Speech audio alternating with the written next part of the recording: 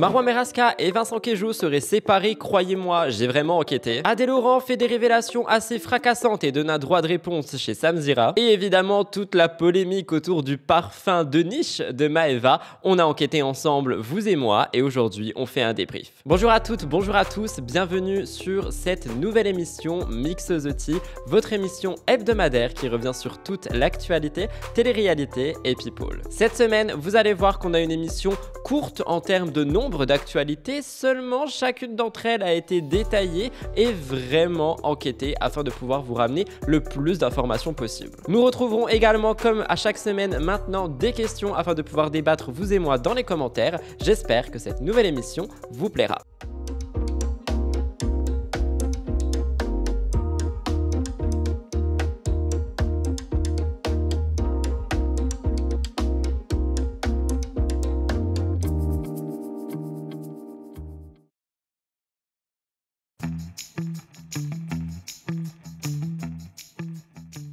Les amis, je commence cette semaine par une mise au point qui va uniquement me concerner, étant donné que je voulais tout simplement vous faire passer un petit message. Si vous suivez mes vidéos lifestyle, donc ma chaîne de vlog, vous avez probablement vu qu'en ce moment, je suis en train de passer et le permis B et le permis AM afin d'avoir un moyen de transport, étant donné que, comme je l'ai déjà expliqué, je me suis séparé. Eh bien, croyez-le ou non, mais ma formation de permis AM, donc voiturette, est terminée et la voiturette est actuellement devant chez moi. Je suis extrêmement content, je voulais vous en faire part ici parce que je sais qu'il y a énormément de personnes qui suivent les vlogs en ce moment, mais je sais aussi qu'il y en a qui se posent un petit peu des questions, qui n'ont pas forcément Instagram, qui n'ont pas envie de regarder les vlogs et je peux le comprendre. Donc je me suis dit que j'allais également utiliser mon émission afin de vous faire part de ça. Et du coup, je vais en profiter. Si vous êtes fiers de moi, n'oubliez pas de liker l'émission, ça aide énormément avec l'algorithme et avec la petite baisse de vues qu'il y a en général sur YouTube fin novembre,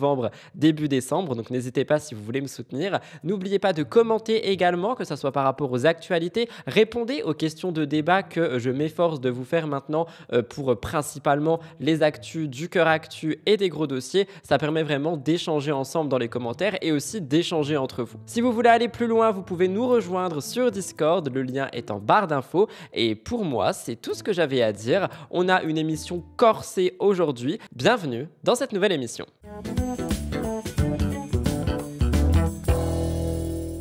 Vous l'avez donc entendu, je commence l'émission avec deux stories de la semaine. La première, et on va ouvrir le bal avec Marois Merasca, étant donné qu'on va fermer le bal avec elle, a raconté en story qu'elle aurait vécu une situation assez catastrophique et que par conséquent, elle a eu une anecdote un petit peu VDM. Alors je ne sais pas si vous connaissez ce concept qui était énormément mis en tendance il y a quelques années maintenant, VDM, vie de merde. Eh bien, les blogueurs ont catégorisé cette anecdote de Marois comme une vie de merde. Je vous laisse écouter ça. Non mais il faut que je vous raconte ce qui m'est arrivé hier. C'est hilarant. Donc hier j'ai rendez-vous dans un magasin où ils font des maillots de bain, des belles robes, etc. Et c'est à Péry-Rénane, donc c'est dans un autre quartier. Et en fait, maintenant je me déplace en scooter et il fait nuit. Ok, il fait nuit et sur le chemin, je vois comme des petits, vous savez, comme des petits confettis un peu brillants. Donc je pensais que c'était vraiment genre des confettis un peu brillants. Et en fait, plus je roule et plus j'en vois plein. Je me suis dit, c'est chelou, il y a une fête, il y a quelque chose. Et en fait, plus je roule et plus je m'approche de cet endroit où il y a plein de confettis. Pas les confettis, écoutez bien. Et puis en fait, je sens que quand je me reçois dans la gueule, ça me fait mal en fait. Donc je comprends ensuite que c'est des insectes. Je saurais pas dire ce que c'était parce que du coup, j'ai vraiment pas d'idée de ce que ça pouvait être. Je sais pas. Et j'avais un top comme ça hier, sans bretelles. Et en fait, à un moment donné, j'en reçois, genre au début c'était que dans la gueule, et après il y en a qui commençaient à tomber vers ma poitrine. Et là j'en reçois un qui tombe dans mon top. Je suis sur le scooter, je suis pas non plus la meilleure conductrice. Et de là, j'en reçois un qui tombe dans mon top.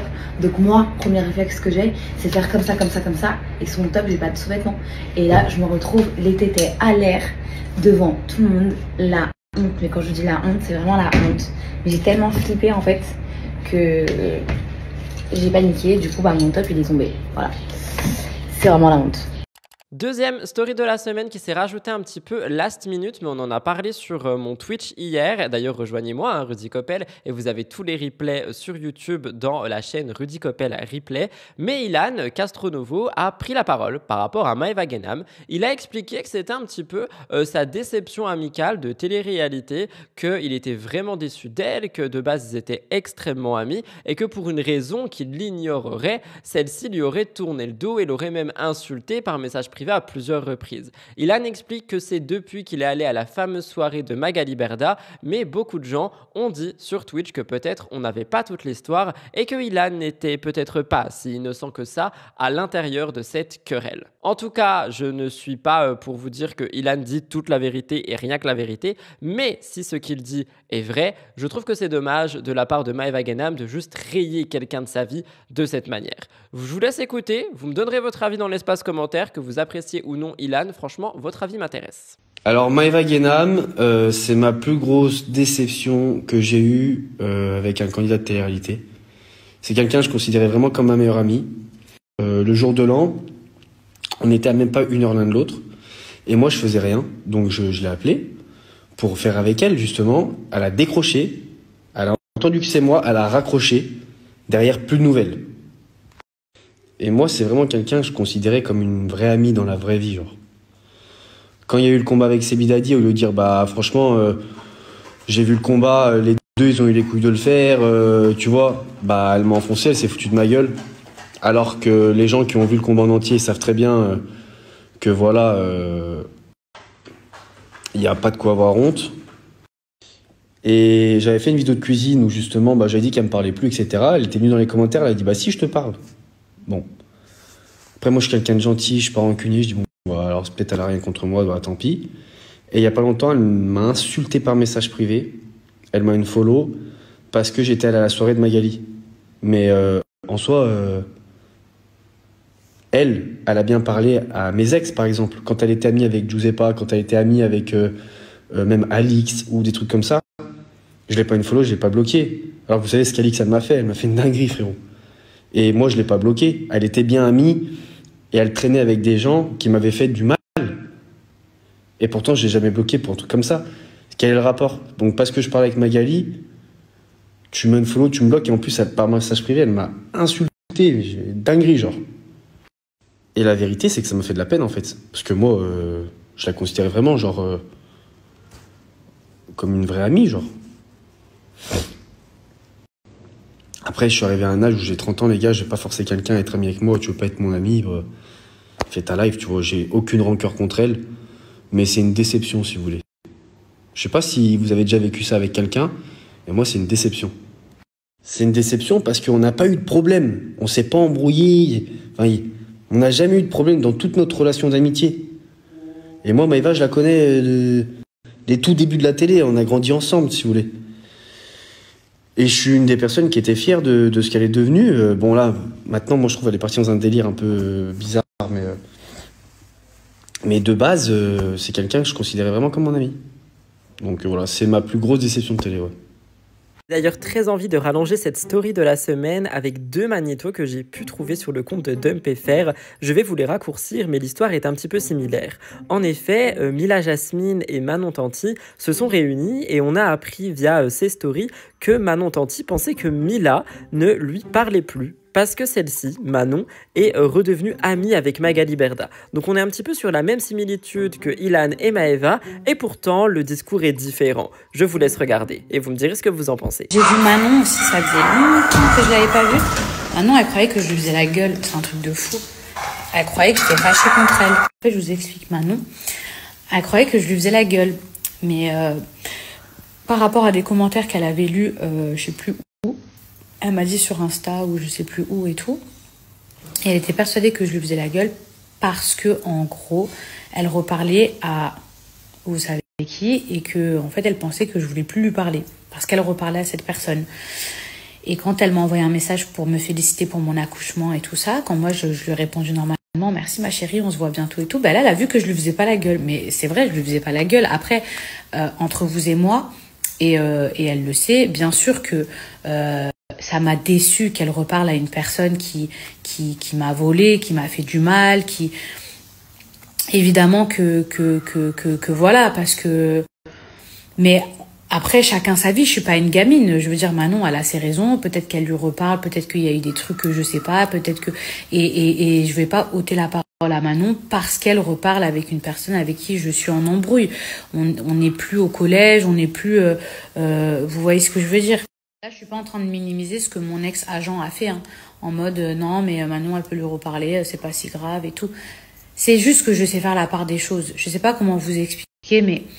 Je vais pas ôter la parole à Manon parce qu'elle reparle à notre ex-agent. Ça mérite pas de briser une amitié parce qu'elle a décidé de lui reparler. Même si je soutiens pas le fait qu'elle lui reparle. Mais chacun son dos, chacun son cul, j'ai envie de vous dire.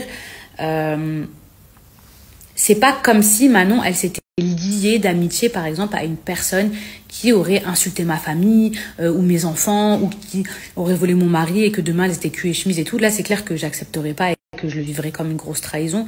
Mais là, qu'elle reparle avec l'autre, ça y est, ça m'est passé au-dessus de la tête.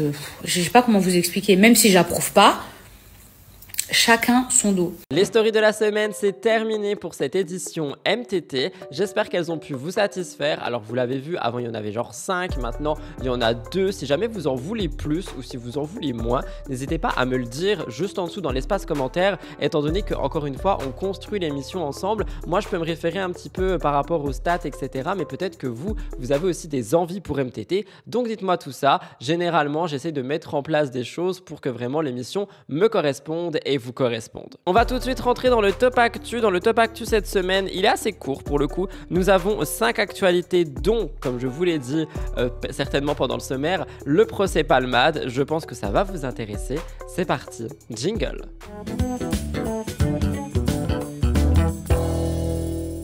Je commence donc le top actu avec Poupette Kenza vs Camila.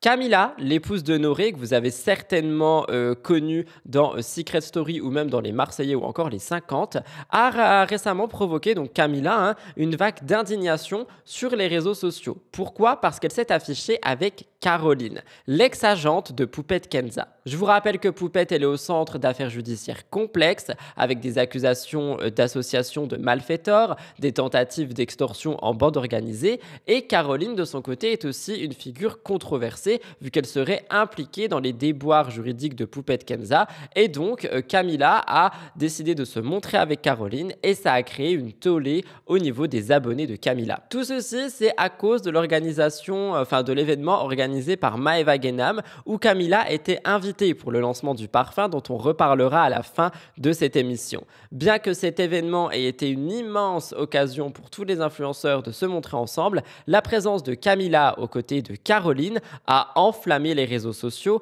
étant donné que les internautes ont rapidement exprimé un mécontentement en soulignant le choix de Camila de s'afficher publiquement avec une personne qui est associée à cette affaire judiciaire et qui est associée à Poupette Kenza alors qu'on sait qu'elles étaient amies. Les critiques ont fusé, il y en a certains qui ont reproché à Camila de fréquenter des personnes problématiques, qu'elle mangerait dans toutes les assiettes. On a pu lire « Rien que ça, je me désabonne », Camila mange dans toutes les assiettes, c'est une honte. Et il y a eu énormément de personnes qui ont dit vouloir se désabonner de Camila suite à ça. Pour rappel, un petit peu quand même, Poupette et Camila étaient amies, puis leur amitié s'est brisée fin 2023 après la diffusion d'audio où Poupette avouait avoir approché Camila par intérêt et donc ça avait énormément blessé l'ancienne candidate de télé-réalité. Depuis, les deux ne se sont pas réconciliés et donc Camila a été trahie par Poupette et elle s'est fermée à cette amitié. Ce qui, soit dit en passant, est compréhensible. C'est-à-dire que si moi,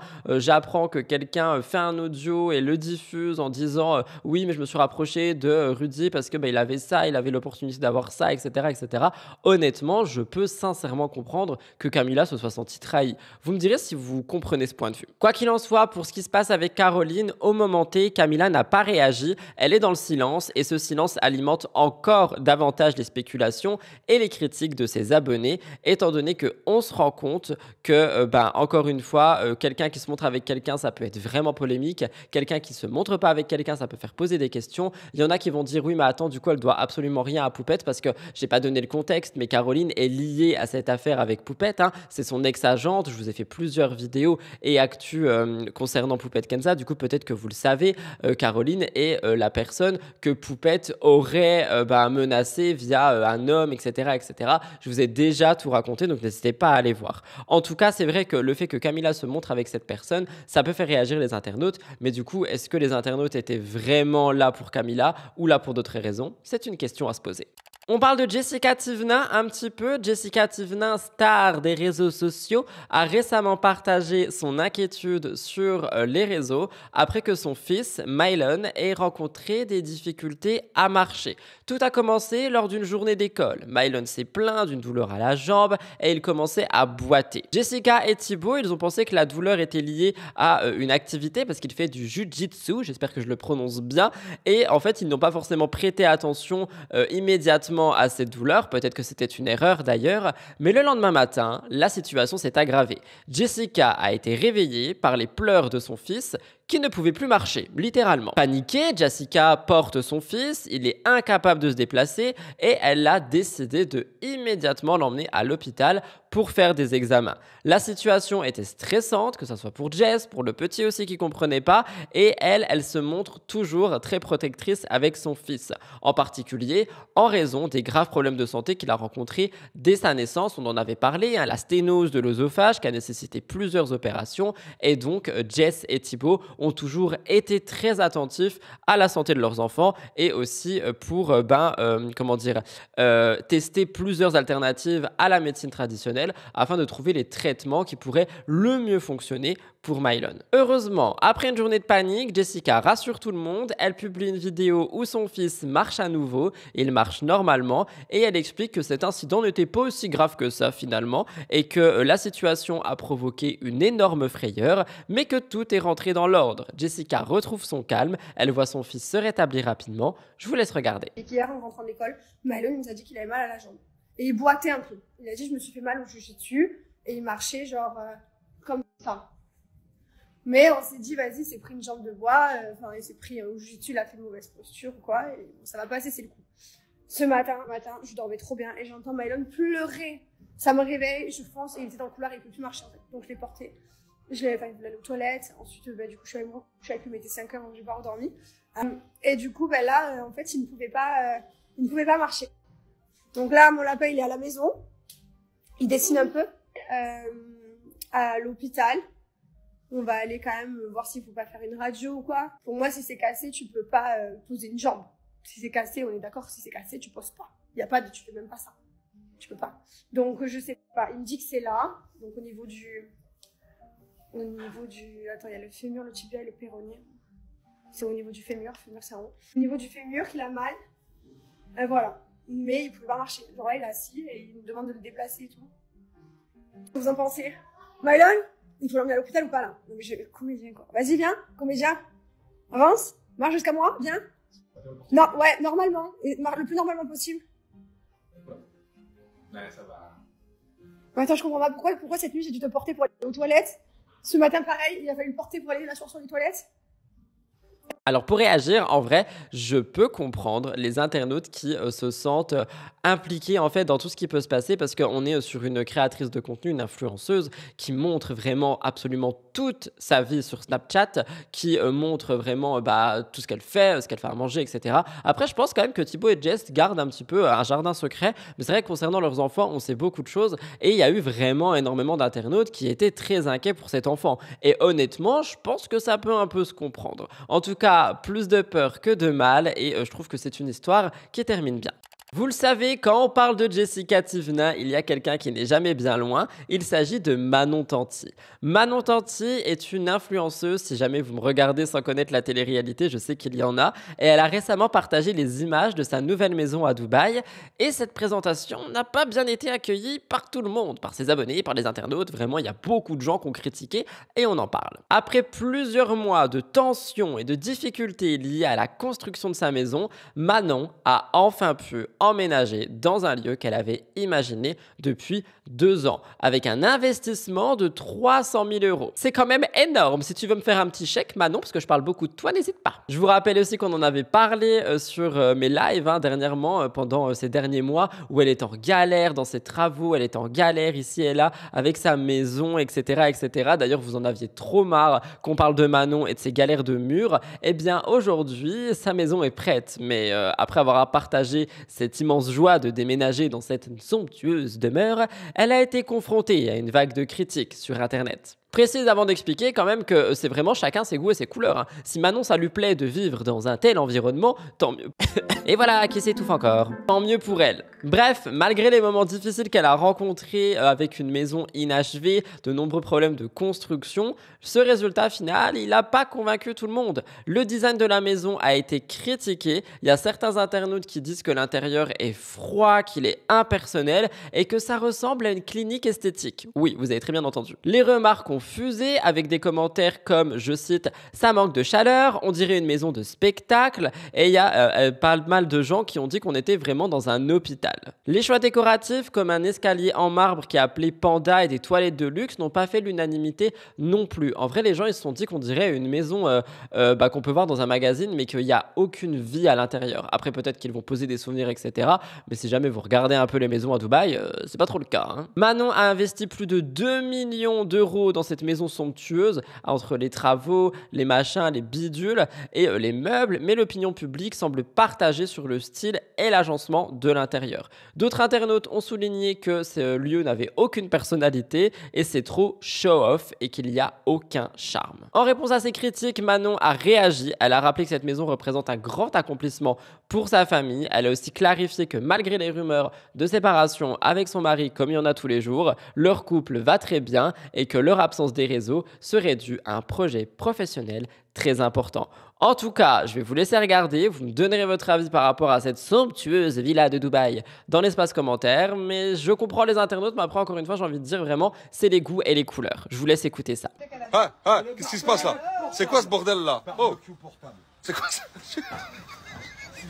Les gars, on est dans la Tanti House. Let's go, hein. On est dans la Tanti House. Full show. Voilà, ça j'aime. Des trucs qui servent vraiment à rien, mais qui sont pour le show en fait. Vous voyez? Voilà. Voilà. Alors ça sert vraiment à rien. C'est vraiment pour le show. Mazel tov, hein. Tanti House. Et Julien m'a dit escalier panda. Voilà, ça c'est un escalier panda. Avec la petite traînée là. Allez, on continue dans les couples, hein. On remue, on remue, on remue. On parle d'Adixia. Il y a eu une rumeur autour d'Adixia cette semaine. Adixia aurait été en froid avec Simon Ferro, qui se sont d'ailleurs rencontrés dans l'émission Marié à tout prix. Donc pour celles et ceux qui connaissent pas le concept, c'est vraiment un petit peu comme un marié au premier regard, mais là tu vois déjà la personne, c'est juste faut se marier le plus rapidement possible.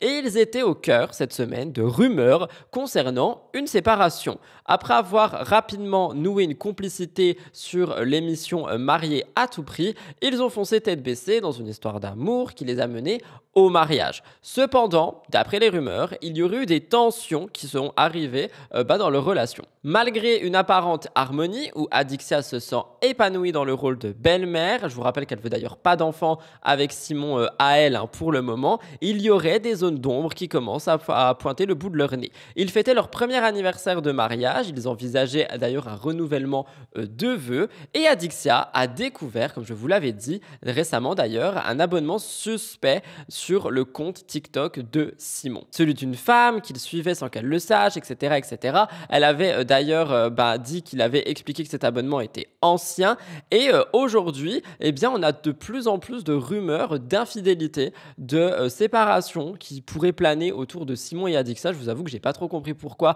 à part ce point-ci, mais ce point-ci, on en a déjà discuté. Mais dans tous les cas, Adixia, elle a repris la parole dernièrement. Elle a voulu mettre fin à ces rumeurs qui concernent sa relation. Elle s'est exprimée sur ses réseaux sociaux. Elle a rassuré tout le monde. Elle a affirmé que tout va bien, même s'il ne publie plus en ce moment, parce que c'est vrai qu'il y a ça aussi qui joue.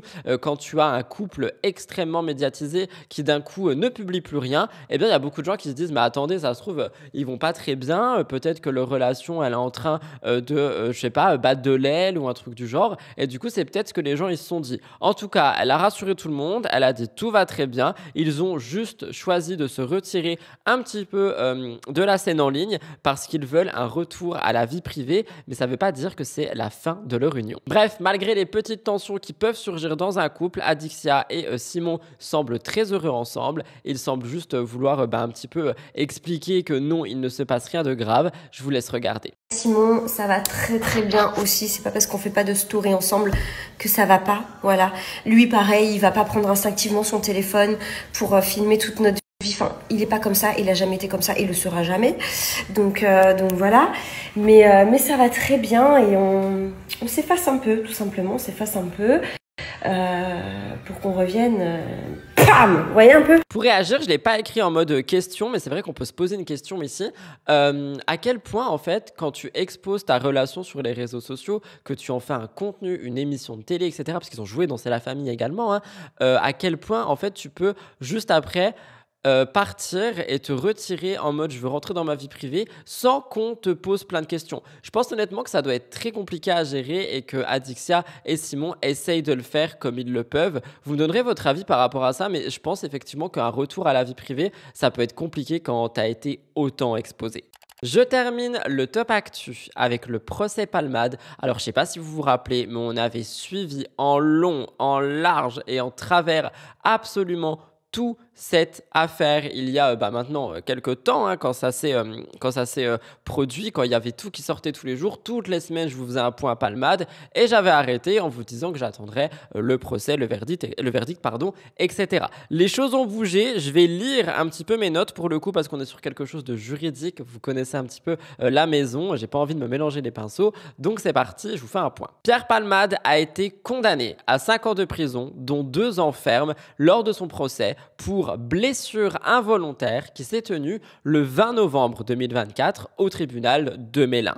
Je vous rappelle que ce procès, il fait suite à un accident dramatique qui s'est passé en 2023 au mois de février lorsque Pierre Palmade, un humoriste connu de 56 ans qui était sous l'emprise de stupéfiants, avait perdu le contrôle de son véhicule et il avait percuté de plein fouet une voiture en arrivant au sens inverse. On rappelle également que l'accident a gravement blessé les 3 passagers du véhicule, parmi lesquels Mila, une jeune femme de 27 ans, a malheureusement perdu son bébé de 6 mois suite au choc. Pendant le procès, on a eu pas mal de témoignages bouleversants, dont celui de Mila, qui était encore dans un état de profonde souffrance, qui est totalement normal, et qui a relaté les blessures physiques et psychologiques qu'elle a subies depuis l'accident. Elle a évoqué notamment le traumatisme de l'accouchement de sa fille par césarienne d'urgence, expliquant qu'elle n'avait pas pris conscience immédiatement de la mort de son bébé. Elle dit, je cite, « Quand Soline est née, j'étais dans un déni total. Pour moi, je venais d'accoucher. Soline, je l'avais portée dans les bras. Pour moi, elle était en train de dormir. Je l'ai laissée dans une chambre.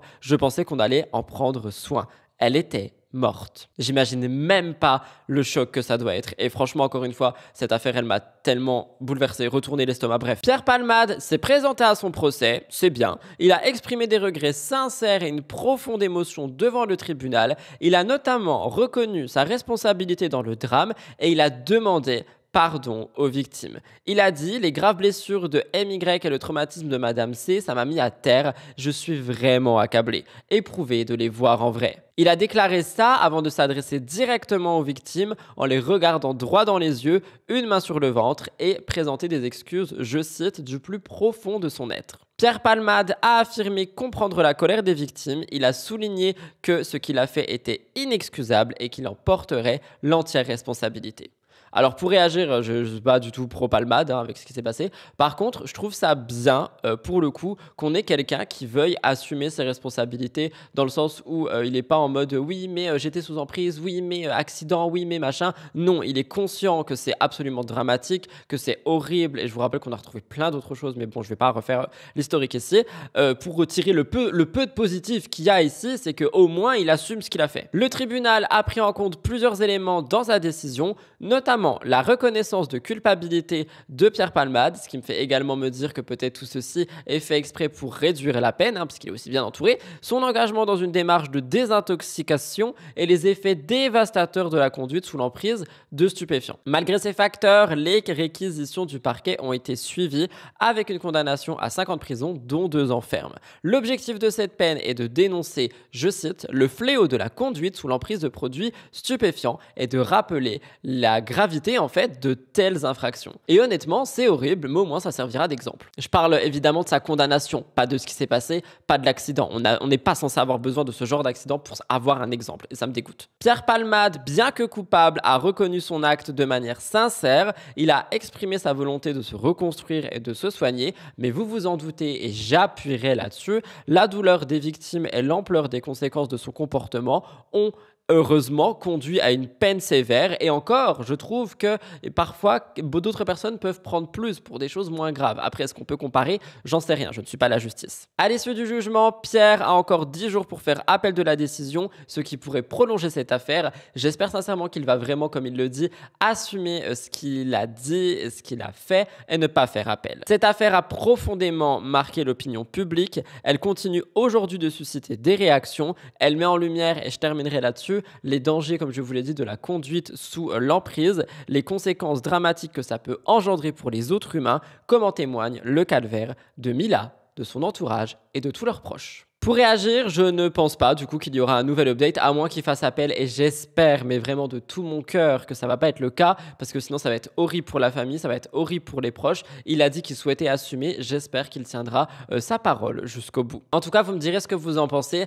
mais vous me connaissez, quand je dis que je ferai un update sur quelque chose, même si l'affaire fait moins parler, même si c'est plus le buzz du moment, je vous tiens au courant. Mon émission n'est pas là que pour faire parler d'elle, elle est là aussi pour vous donner des infos sur des actus dont on a déjà parlé et sur lesquels nous avons besoin d'avancer et d'avoir des points. Voilà tout le monde pour le top actu de cette semaine. Alors oui, je sais, on a terminé un peu froidement et un peu corsé, mais il fallait bien que je le mette quelque part, et je me suis dit que j'allais le mettre à la fin du top actu. Nous allons maintenant passer à mon avis sûr. Cette semaine, mon avis sûr, vous allez le comprendre rapidement, est sur l'interview, le droit de réponse de Adé Laurent chez Samzira, que j'ai scruté dans les moindres détails. J'ai noté 3 petits points sur lesquels j'aimerais vous donner des infos et évidemment avoir vos retours. Donc c'est parti, jingle, mon avis sûr, c'est maintenant sur Mix The Tea.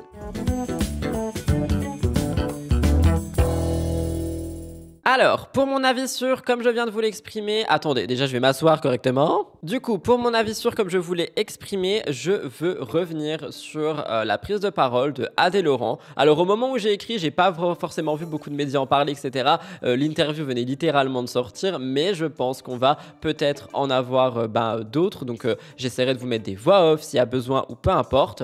En tout cas, Adé Laurent s'est assis sur le canapé de Samzira pour une interview / droit de réponse en toute intimité. Il y a eu pas mal de questions, pas mal de points sur lesquels j'avais envie de réagir et avoir vos avis, et c'est donc ce qu'on va faire maintenant. Premier point, Adé Laurent est revenu sur les accusations de V qu'il y a eu contre lui. Dernièrement, je crois que c'était en début d'année, on a une femme qui aurait été agressée par Adé Laurent en Australie il y a quelques années, et Adé Laurent avait réagi avec des TikTok absolument horribles. Rappelez-vous, on en avait parlé, je vais pas vous remettre les magnétos. Et bien chez Samzira, il a donné son droit de réponse. Je vous rappelle que Sam avait reçu l'avocat de la dite plaignante sur son plateau, que celui-ci avait un petit peu donné les détails de ce qu'il se serait passé selon la plaignante, etc., etc. Et Adé Laurent a pris la parole en essayant un petit peu de démonter tout ça chez Samzira, en expliquant que il ne savait pas qui était cette plaignante, que tous les médias étaient au courant de la plainte avant lui, qu'il n'avait rien reçu chez lui, et que par conséquent, pour lui, il n'y a pas de plainte, et tout ça serait un coup de com' et un coup de buzz pour que l'autre côté, donc le côté plaignante et avocat de la plaignante, fasse parler d'eux. J'ai trouvé que c'était assez culotté, je sais pas si ça peut être possible. Il me semble effectivement que quand quelqu'un va t'attaquer en justice, t'es pas obligé de recevoir une plainte dans ta boîte aux lettres, faut qu'il y ait enquête avant, etc., avant de recevoir quoi que ce soit. Je le trouve aussi extrêmement sûr de lui, donc est-ce que c'est du show? Est-ce qu'il ne se rend même pas compte de ce qu'il aurait pu faire? Ou est-ce qu'il est totalement déconnecté de la réalité? Ce sont des questions qui se posent. En tout cas, il était assez creux, mais il a fait passer pas mal de messages par rapport à la violence violence par rapport aux femmes, par rapport au féminisme, etc., etc. Il a essayé tout le long de ce droit de réponse de vraiment mettre la femme sur un piédestal. Est-ce que c'est vraiment le cas? Je ne sais pas. Est-ce que c'est vraiment quelque chose qu'il fait? Je ne sais pas non plus. Je ne suis pas dans ses contenus, heureusement, pour moi. Je ne suis pas non plus dans son quotidien. En tout cas, il a de très belles paroles. Après, est-ce que les actes suivent les paroles? Ça, c'est autre chose. Je ne sais pas non plus. En tous les cas, ce côté-là, le côté accusation, m'a vraiment fait plein d'émotions pendant que je regardais. J'étais là, oh my god, mais qu'est-ce qu'il raconte? Après, j'étais un peu choqué. Après, j'étais un peu surpris. Et je pense, encore une fois, que s'il y a quelque chose, nous l'apprendrons via la justice. Un autre point, il a énormément parlé de son travail, des showcases qui posent problème. On en a déjà parlé avec apparemment les mineurs qui pourraient introduire les showcases, etc., etc. Adé Laurent est très fier de son travail, il est très fier de ce qu'il fait. Il a raconté un petit peu les dessous des tournages, encore une fois en mettant la femme sur un piédestal, et j'ai trouvé qu'il l'a vraiment beaucoup fait dans cette interview.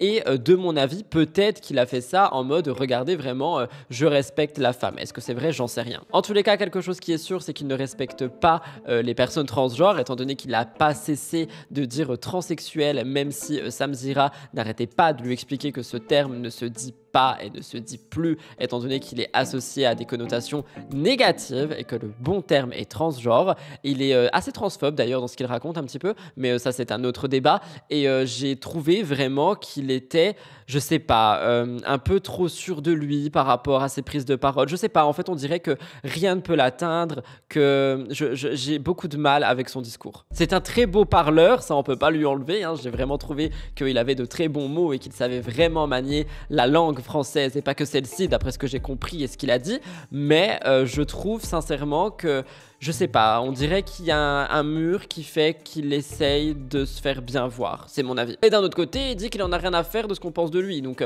j'arrive pas vraiment à comprendre. En tous les cas, je vous conseille vraiment cette vidéo si vous ne l'avez pas vue. Dites-moi ce que vous en avez pensé, j'attends, je l'ai noté, j'attends vos réactions dans mon espace commentaire par rapport à ce droit de réponse. Suivant ce que vous me dites, peut-être que j'en reparlerai, peut-être qu'il y aura d'ailleurs une voix off dans mon avis sûr si vraiment il y a eu des réactions, j'en sais rien. En tous les cas, je trouve sincèrement que Sam a très bien fait de le recevoir pour remettre un petit peu, comment dire, les choses dans leur contexte, et Sam est vraiment un très bon intervieweur pour le coup. La manière dont il pose les questions et la position qu'il prend, j'ai vraiment beaucoup aimé. Cependant, je trouve que Adé Laurent, ouais, je sais pas, il y a quelque chose qui colle pas, je sais pas, je le sens pas. Je vous laisse avec un extrait que j'aurai soigneusement pris sur le TikTok de Sam Zira, si jamais ça peut vous donner envie de regarder cette interview finalement. On a voulu essayer de me mettre dans la merde. Maintenant, quand tu tapes mon blast sur Internet, le premier truc qui sort, c'est Adé Laurent accusé de viol. Mais heureusement que je suis fort mentalement, heureusement que j'ai des proches qui me suivent, heureusement que j'ai été bien, comment dire, bien drivé sur ce sujet. Mais ça, c'est une personne faible mentalement à se tirer une balle dans la tête. Deux extraits vidéo, s'il te plaît. Le deuxième, c'est concernant cette fameuse plaignante et ce qu'elle te reproche, ce qu'elle accuserait en tout cas. Regarde. Je t'écoute, je découvre en même temps que toi. Il y a des premiers faits de viol qu'elle indique avoir subi sur d'abord la notion de protection. C'est-à-dire qu'elle refuse d'avoir une relation avec Adrien Laurent, célébrité déjà. Hein. La question, c'est celle du consentement. C'est-à-dire, je refuse d'avoir un rapport sexuel sans préservatif. Je refuse, j'accepte d'avoir une pénétration anale, mais je refuse la pénétration vaginale. Si pénétration vaginale il y a, c'est un viol. Une personne refuse un rapport sexuel sous certaines conditions, eh bien, si on force le rapport sexuel, c'est ce qui se serait passé selon les déclarations de ma cliente, il s'agit d'un viol. Dans les éléments de la plainte et les différentes pièces, il y a, et dans les témoignages, la première chose, le lendemain, quand elle reprend ses esprits qu'elle a faites, c'est courir, faire des tests, c'est courir, prendre des traitements, parce qu'elle avait qu'une trouille. C'est qu'en plus d'avoir été victime, elle se retrouve malade. Alors le second acte, c'est également donc, visé par une plainte criminelle, c'est parce que c'est des faits qui sont des faits criminels. C'est dans une douche, une fellation, enfin, d'abord une masturbation imposée, et ensuite une fellation avec une poussée vers le sol pour s'agenouiller, et le fait d'amener la tête à pratiquer la fellation. Mais il devrait aller en prison, ce mec-là. Il devrait aller en prison. Ça te fait quoi d'entendre ça? Ce mec-là. Mais c'est incroyable, c'est incroyable. Mais heureusement que je suis fort mentalement, heureusement que j'ai des parents qui me soutiennent, que je suis bien drivé. Mais je sais, c'est horrible, Sam, d'accuser des gens comme ça. Qu'est-ce que ça t'a fait? Tu te rends compte que tu as été mis au courant avant moi? Est-ce que tu te rends compte de ça? Tu as été mis au courant de ces accusations avant moi. Ça tilte pas dans ton cerveau là? Toutes ces accusations qui ont été développées sur ton plateau sont venues ici avant moi. Avant mon avocat. Nous n'avons jamais reçu ce genre d'accusation. En l'occurrence, c'est le Parisien qui a fait un article Peu importe. initialement. Tribunal médiatique. Voilà tout le monde pour mon avis sûr. Nous arrivons au milieu de Mix the Tea, raison pour laquelle, je vais vous le rappeler, n'oubliez pas de liker les amis, ça aide tellement à faire découvrir l'émission. Vous vous rendez pas compte à quel point juste ce petit clic, ça me soutient directement dans les recherches et l'algorithme de YouTube. N'oubliez pas également de vous abonner à la chaîne, je ne l'ai pas encore dit cette semaine je crois, si jamais vous voulez qu'on atteigne les 60 000, dans 1000 personnes, on est 60 000 abonnés, j'en reviens toujours pas. Donc n'hésitez pas, si jamais on y arrive avant la fin 2024, franchement je serais choqué. Mais je pense que ça va être dur quand même, on va pas se mentir. En tous les cas, on se retrouve dans un instant pour le cœur actu. Comme je vous l'ai dit, en fait, le cœur actu, on va avoir des actus, mais elles vont être, comment dire, assez courtes parce que nous avons, les amis, 4 gros dossiers. Je crois que ça n'est jamais arrivé dans MTT. On aura vraiment beaucoup de choses avec le retour de Marie Garet, etc., etc. Donc tenez-vous prêts, prenez-vous un petit truc à manger, ça va swinguer. C'est parti, jingle.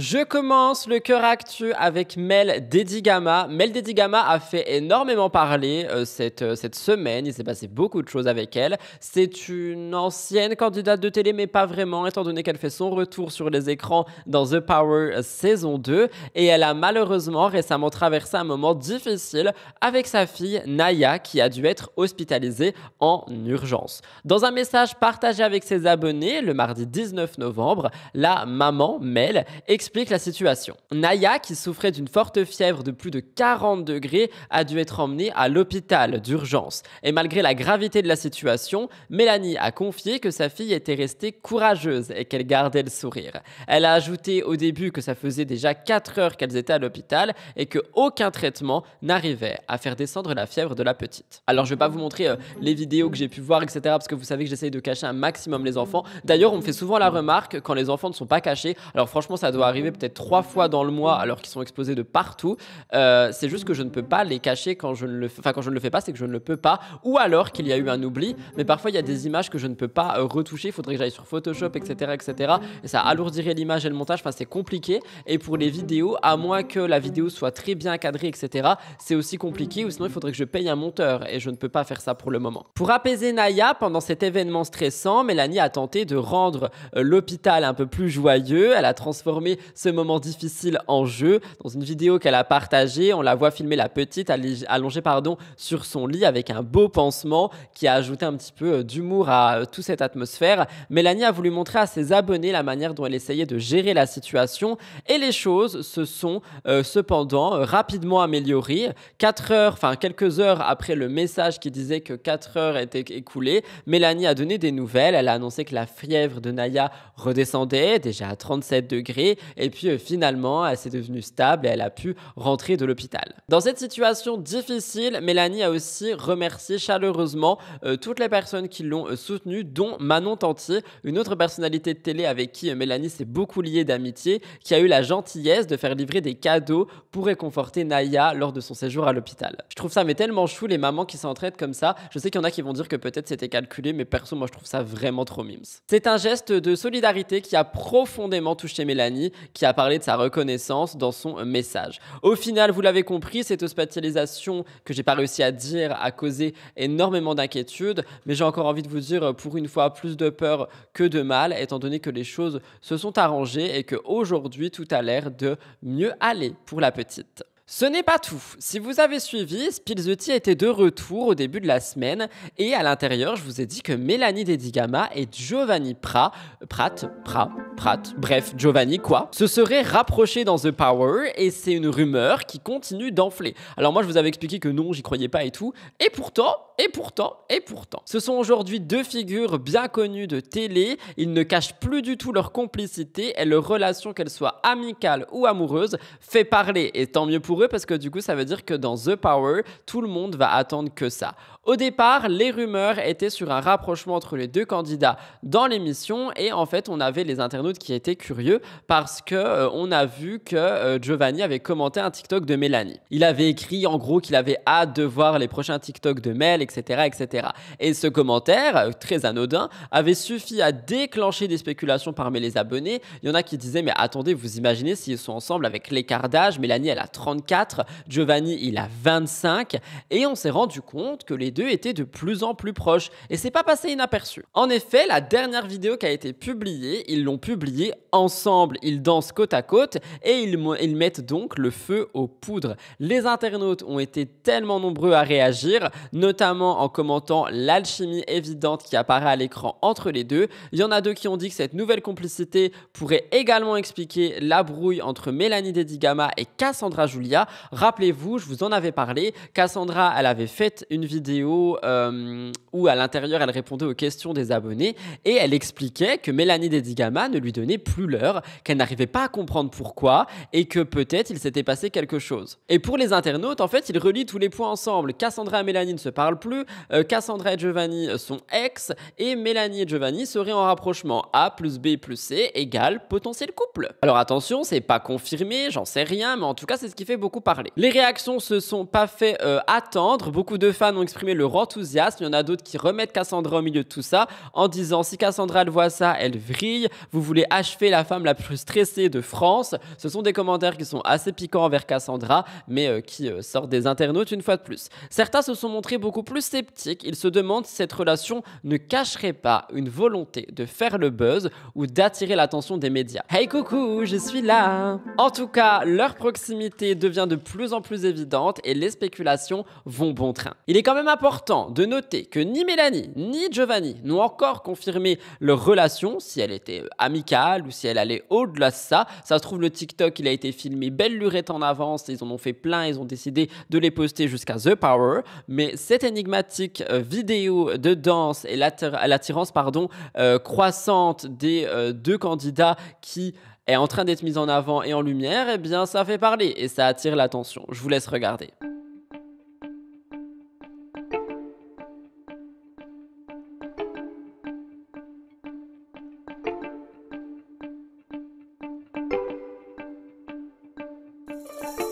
Ce n'est pas tout, Mélanie a aussi pété un petit coup de gueule et ça je vous le dis littéralement en exclu là maintenant, c'est pas écrit mais je l'ai vu sur les réseaux. Au moment où je filme, on est donc samedi 23 pour dimanche 24. Hier soir, le vendredi 22, Mélanie était en soirée avec Manon, Nicolas Lodina, etc. Et il y a un snap qui a fuité où on voit Mélanie chuchoter dans l'oreille de Nicolas Lodina. Les internautes, ils ont dit que Nico était en train de tromper Steph, que Mélanie était donc en rapprochement avec Nico, etc. Qu'elle trompait aussi Giovanni, enfin bref, plein de commentaires, et donc elle a pété un petit coup de gueule, ce que je peux comprendre, en expliquant que sa vie privée la regarde et qu'elle ne doit rien à personne. Je vous laisse regarder ça. Je suis en train de me préparer là, salut tout le monde, parce que je vais partir manger avec Naya et Vincent. Je viens de me rappeler de ce qui s'est passé hier.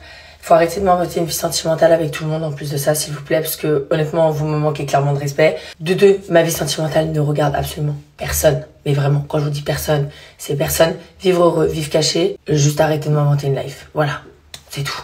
Moi, je vous dirai rien par rapport à ma vie sentimentale. Elle ne regarde que moi, elle ne regarde personne d'autre. Je fais ce que je veux de ma vie, je fais ce que je veux avec qui je veux, voilà. J'espère que j'ai été claire. Merci.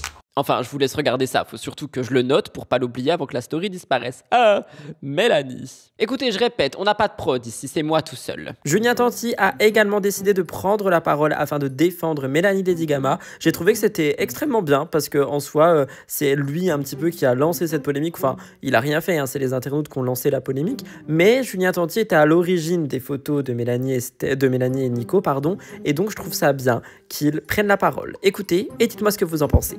J'espère que ça va. Et hier, on s'est régalé. On a passé une méga soirée. Et du coup, je voulais revenir là, sur le petite vidéo que j'ai fait entre Nico et Mel. Franchement, il n'y a rien. Je vois des gens qui essayent de faire des problèmes pour rien. Mel et Nico, ils se connaissent, ça fait des années. Il s'est jamais rien passé entre eux, les gars. Et c'est pas aujourd'hui que Nico, il est fou amoureux de Steph qu'il va se passer quelque chose. Enfin voilà quoi, c'était juste un move de la soirée, j'ai filmé, on a rigolé. Il y a R, Nico après il est venu à la maison, il a dormi chez moi. tout seul sur mon matelas. Ah, par contre, les stories où il était dans le taxi avec moi, celles-là, on les a pas vues. Hein. Eh, vous êtes vraiment des coquins. Vraiment, vous cherchez vraiment le petit truc pour en faire des montagnes. Mais bon, en tout cas, voilà, on s'est régalé et franchement, il n'y a rien du tout. Voilà, il y a juste Mel et Nico qui se moquaient de moi parce que j'étais en live en boîte de nuit. Voilà l'histoire. Voilà l'histoire. La vraie histoire, elle est là. C'est que Nico et Mel se moquaient du fraté parce que j'étais en live en boîte de nuit. Pas plus, pas moins. Et finalement, Nicolas Ledinal lui-même a décidé de prendre la parole. Il explique que Stéphanie Clairbois l'aurait bloqué. Est-ce la réalité ou non? Je vous laisserai me dire ça et en juger par vous-même avec ces mots. Certains pensent que tout est manigancé et d'autres pensent que Steph l'aurait vraiment bloqué. Steph ne me parle plus. Voilà. M'a bloqué, je crois. Donc voilà, je me retrouve dans la merde à cause d'une vidéo de merde et une fausse interprétation de merde. Alors c'est vrai que quand tu vois la vidéo comme ça, que t'as pas les explications, t'as pas le tenant, les aboutissants, tu peux te dire ah ouais putain ils essayent ils se bécotent, eux, ils se draguent peut-être, alors que pas du tout. Voilà. En fait il y a eu un truc, Mel était pas bien et en fait je lui parle dans l'oreille, j'essaie de lui remonter le moral et en fait j'essaie de la faire rigoler, je dis vas-y kiffe ta soirée, vas-y souris, etc. Et voilà, bref. De la merde. Du stron, totalement du stron. Voilà. Je me serais pas permis de faire ça si ce n'était pas une pote de Steph. Voilà. Je crois que je vais m'enlever de tous les réseaux, en fait. De tous les réseaux, je vais m'enlever de toutes les soirées, je vais aller vivre comme un moine, je crois. Je vais aller dans un petit village, dans mon village natal en Croatie, et je vais cueillir les patates, et je vais cueillir les raisins, et je vais faire du vin, et je vais tondre les vaches, et j'irai chercher mes œufs frais le matin que mes poules m'auront fait. Voilà.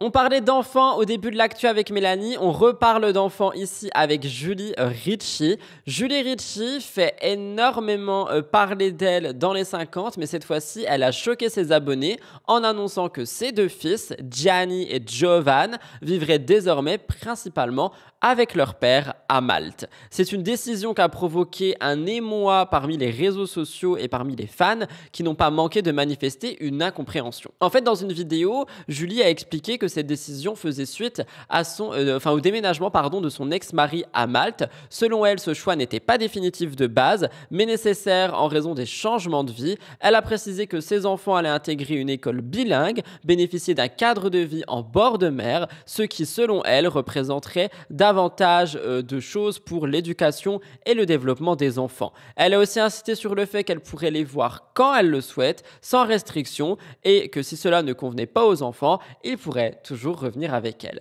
Ce déménagement, avant que vous me le demandiez, il est prévu pour janvier 2025, donc là, dans 2 mois. Malgré les explications, l'annonce de Julie a déclenché une vague de réactions sur les réseaux. Parmi ses abonnés, il y en a beaucoup qui ont exprimé leur choc. Sa sœur, la sœur de Julie, Selma, a réagi sur Snap, déclarant qu'elle ne pourrait jamais imaginer vivre aussi loin de ses propres enfants, soulignant que bien que des mères puissent parfois être amenées à s'éloigner de leurs enfants pour des raisons professionnelles, l'idée de ne pas voir ses enfants pendant plusieurs mois n'est pas du tout soutenable pour elle, donc pour la sœur de Julie. Certains internautes ont également dit autre chose, ils accusent Julie, tenez-vous bien, de se débarrasser de ses enfants pour vivre sa meilleure vie. D'autres ont critiqué l'apparente sérénité de Julie lorsqu'elle a fait son annonce, suggérant que son attitude semblait déconnectée par rapport à la gravité de la situation. Alors je vais réagir, je trouve que les internautes sont très culottés. Je sais pas si ça fait plaisir à Julie ou peu importe si elle va vivre sa meilleure vie, mais dans tous les cas, en fait, déjà le fait qu'elle le partage, je pense que ça doit lui faire un petit peu de mal, même si elle le montre de manière très sereine. Après, je ne suis pas Julie assidûment sur ses réseaux, mais j'ai l'impression que dans sa manière de parler, elle a toujours été assez chill, assez sereine, donc peut-être qu'elle voulait juste tout simplement pas en faire un drame. Et elle a justifié son choix en disant qu'elle faisait ce qu'il était le mieux pour ses enfants, qu'elle cherchait avant tout à leur offrir un meilleur cadre de vie et un cadre plus sain. Elle a également souligné qu'il ne s'agissait pas d'une séparation définitive, mais d'une nouvelle organisation familiale. Mais cette annonce, elle continue de diviser l'opinion. Il y en a beaucoup qui font débat sur les choix parentaux, la manière dont ils pourraient gérer les situations compliquées dans les familles. Et les prochains mois seront donc cruciaux pour cette nouvelle dynamique familiale. Je vous laisse écouter Julie, maintenant que je vous ai donné un petit peu toutes les réactions. Vous me donnerez la vôtre. Mais effectivement, les garçons, à partir de janvier, vont aller habiter à Malte avec leur papa. Parce que le père de mes enfants, il a fait une vidéo en disant qu'il partait s'installer à Malte. Donc, il va habiter là-bas. À partir du moment où il y en a un qui part, il faut faire des choix, prendre des décisions. C'est vrai que voilà, c'est absolument pas un choix définitif. Il a décidé d'aller là-bas. Les garçons, ils restent quand même avec leur papa. Ils sont pas abandonnés avec n'importe qui. Et à Lyon, c'est vrai qu'ils prenaient un petit peu de mauvaises habitudes. Surtout Gianni, là. Les gros mots, la façon de parler, l'école. Et le fait d'aller à Malte, ce qui est vraiment bien, qui peut leur apporter quelque chose aussi. Ils seront dans une école bien. On a essayé de faire un calendrier où moi, je serai beaucoup plus sur mai, juin, juillet, août. Mais je vais aller les voir comme je le souhaite, quand je le souhaite. On n'a pas sûr comment ça va me changer, ça et tout. Ça va me changer, ça va me faire bizarre. Il faudrait que je m'acclimate, je m'habitue. Au début, on a beaucoup parlé. Moi, il m'a mis... il m'a parlé de ça.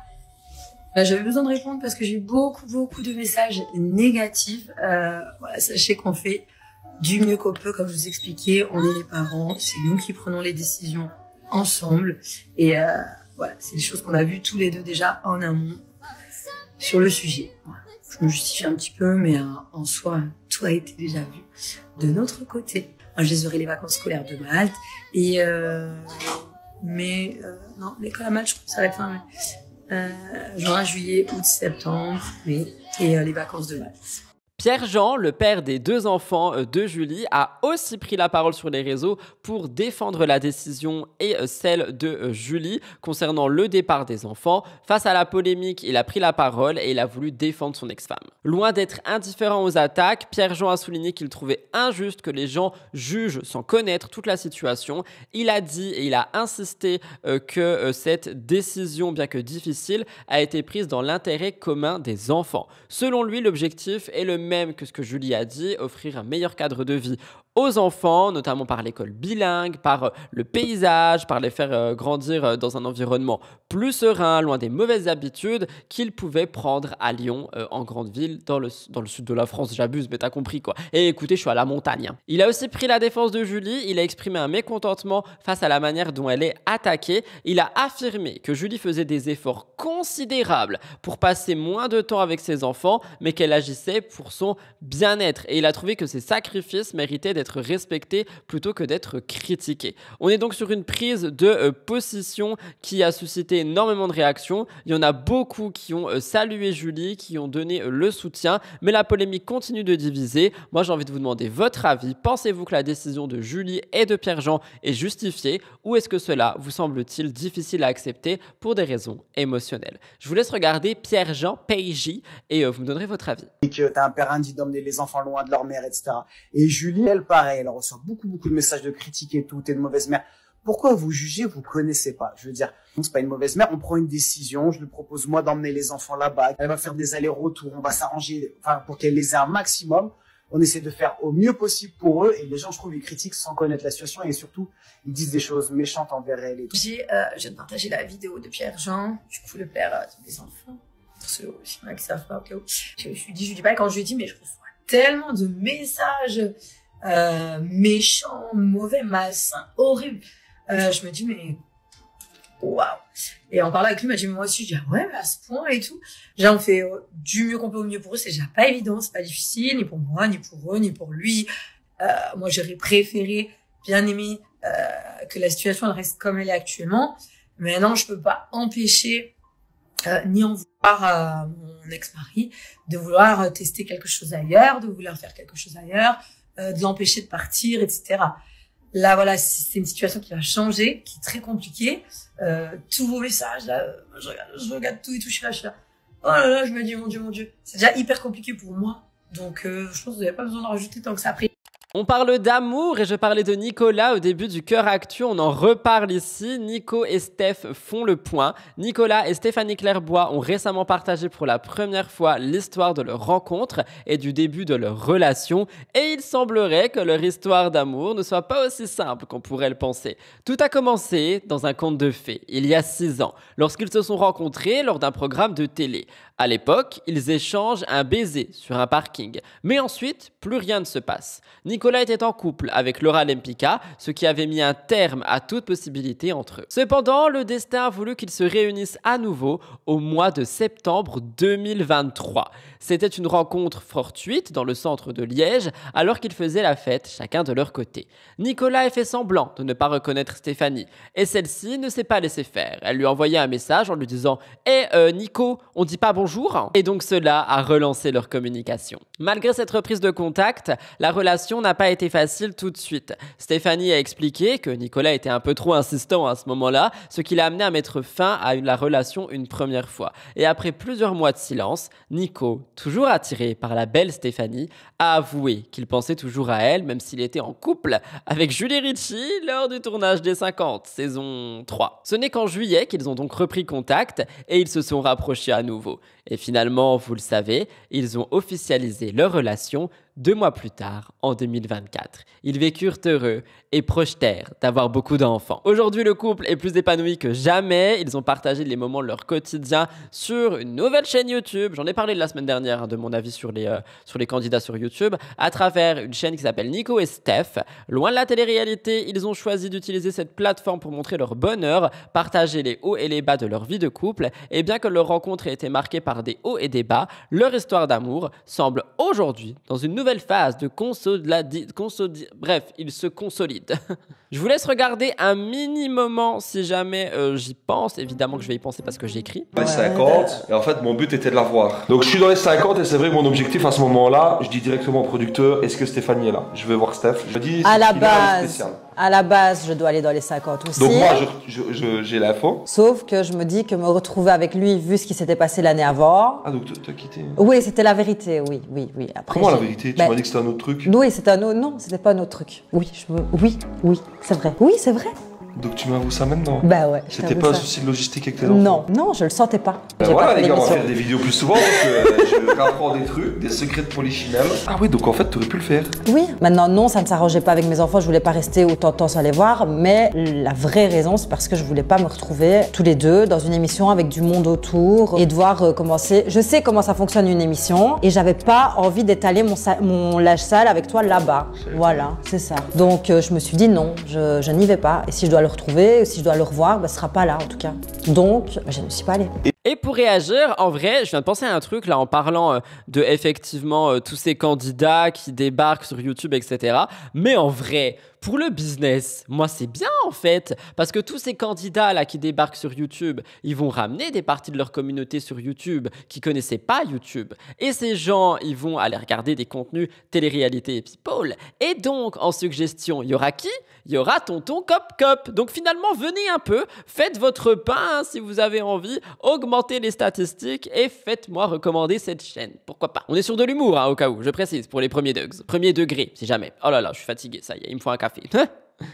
Alors là, je rigolais, mais là, je vais plus rire du tout. Mais alors vraiment plus du tout. Shanna Kress a pété un coup de gueule, mais qu'est-ce que je le comprends. Shanna et Jonathan, parents du petit Luca, se sont récemment exprimés sur une colère et une incompréhension après la fuite d'une photo de leur fils sur les réseaux sociaux. Un incident qui a affecté le couple, qui a décidé de réagir de manière ferme et déterminée. Avant d'aller plus loin, je le précise pour un petit peu de contexte, on voit énormément effectivement de parents qui médiatisent leurs enfants, qui médiatisent leur famille, qui médiatisent tout ce qu'ils font finalement. Et je vous l'ai toujours dit, moi mon combat premier est vraiment de faire en sorte que les enfants ne soient pas mis en avant sur les réseaux sociaux. Eh bien, on peut dire tout ce qu'on veut de Shanna et John, on peut les apprécier, ne pas les apprécier, apprécier ce qu'ils font, ne pas aimer ce qu'ils font, peu importe, il y a une chose qui est sûre et c'est un fait, ils n'ont jamais montré le visage de leur enfant sur les réseaux et ils veulent le protéger à tout prix. Donc quand je vois qu'il y a des gens qui s'amusent à prendre des photos du petit en mode tchac et aller l'envoyer aux blogueurs ou les mettre sur internet ou j'en sais rien, alors que eux, en tant que parents, ne veulent pas le mettre, c'est horrible. Voilà, c'était mon coup de gueule.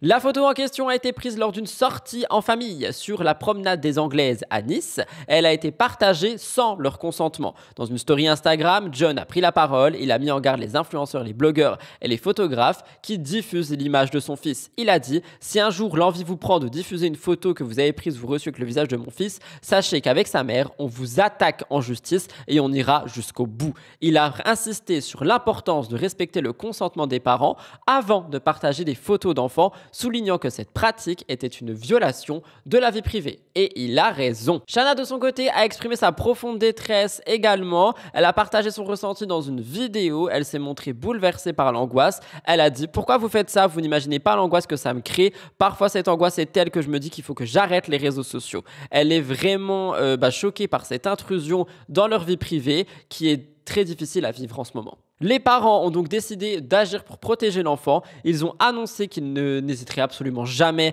à recourir à la justice si nécessaire afin de faire respecter leur droit à la vie privée. Cette prise de position met en lumière les défis auxquels sont confrontés de nombreux parents d'enfants célèbres qui doivent constamment gérer l'équilibre entre leur vie publique et le besoin de protéger l'intimité de leurs proches. Ce coup de gueule de Shanna et John souligne les limites à ne pas franchir lorsqu'il s'agit d'exposer des enfants sur les réseaux sociaux, même si les parents évoluent dans le milieu public. Le couple a exprimé plusieurs fois qu'ils ne veulent pas que leur fils soit mis en avant sur les réseaux, que si c'est le cas, ce sera son choix. Pour le moment, il n'est pas en âge de choisir et ils se battront jusqu'au bout pour la sécurité de leur enfant. Je vous laisse regarder. Si demain, notre fils se retrouve sur les réseaux sociaux, la personne qui se permettra de publier cette photo, je l'attaquerai en justice, mais vraiment, je vais pas rigoler parce qu'en fait, il y a des choses, les amis, je m'en fous, tu vois. Mais à un moment donné, genre, ça me saoule de savoir qu'il y a des gens qui nous prennent en photo et qu'il y a des photos qui atterrissent.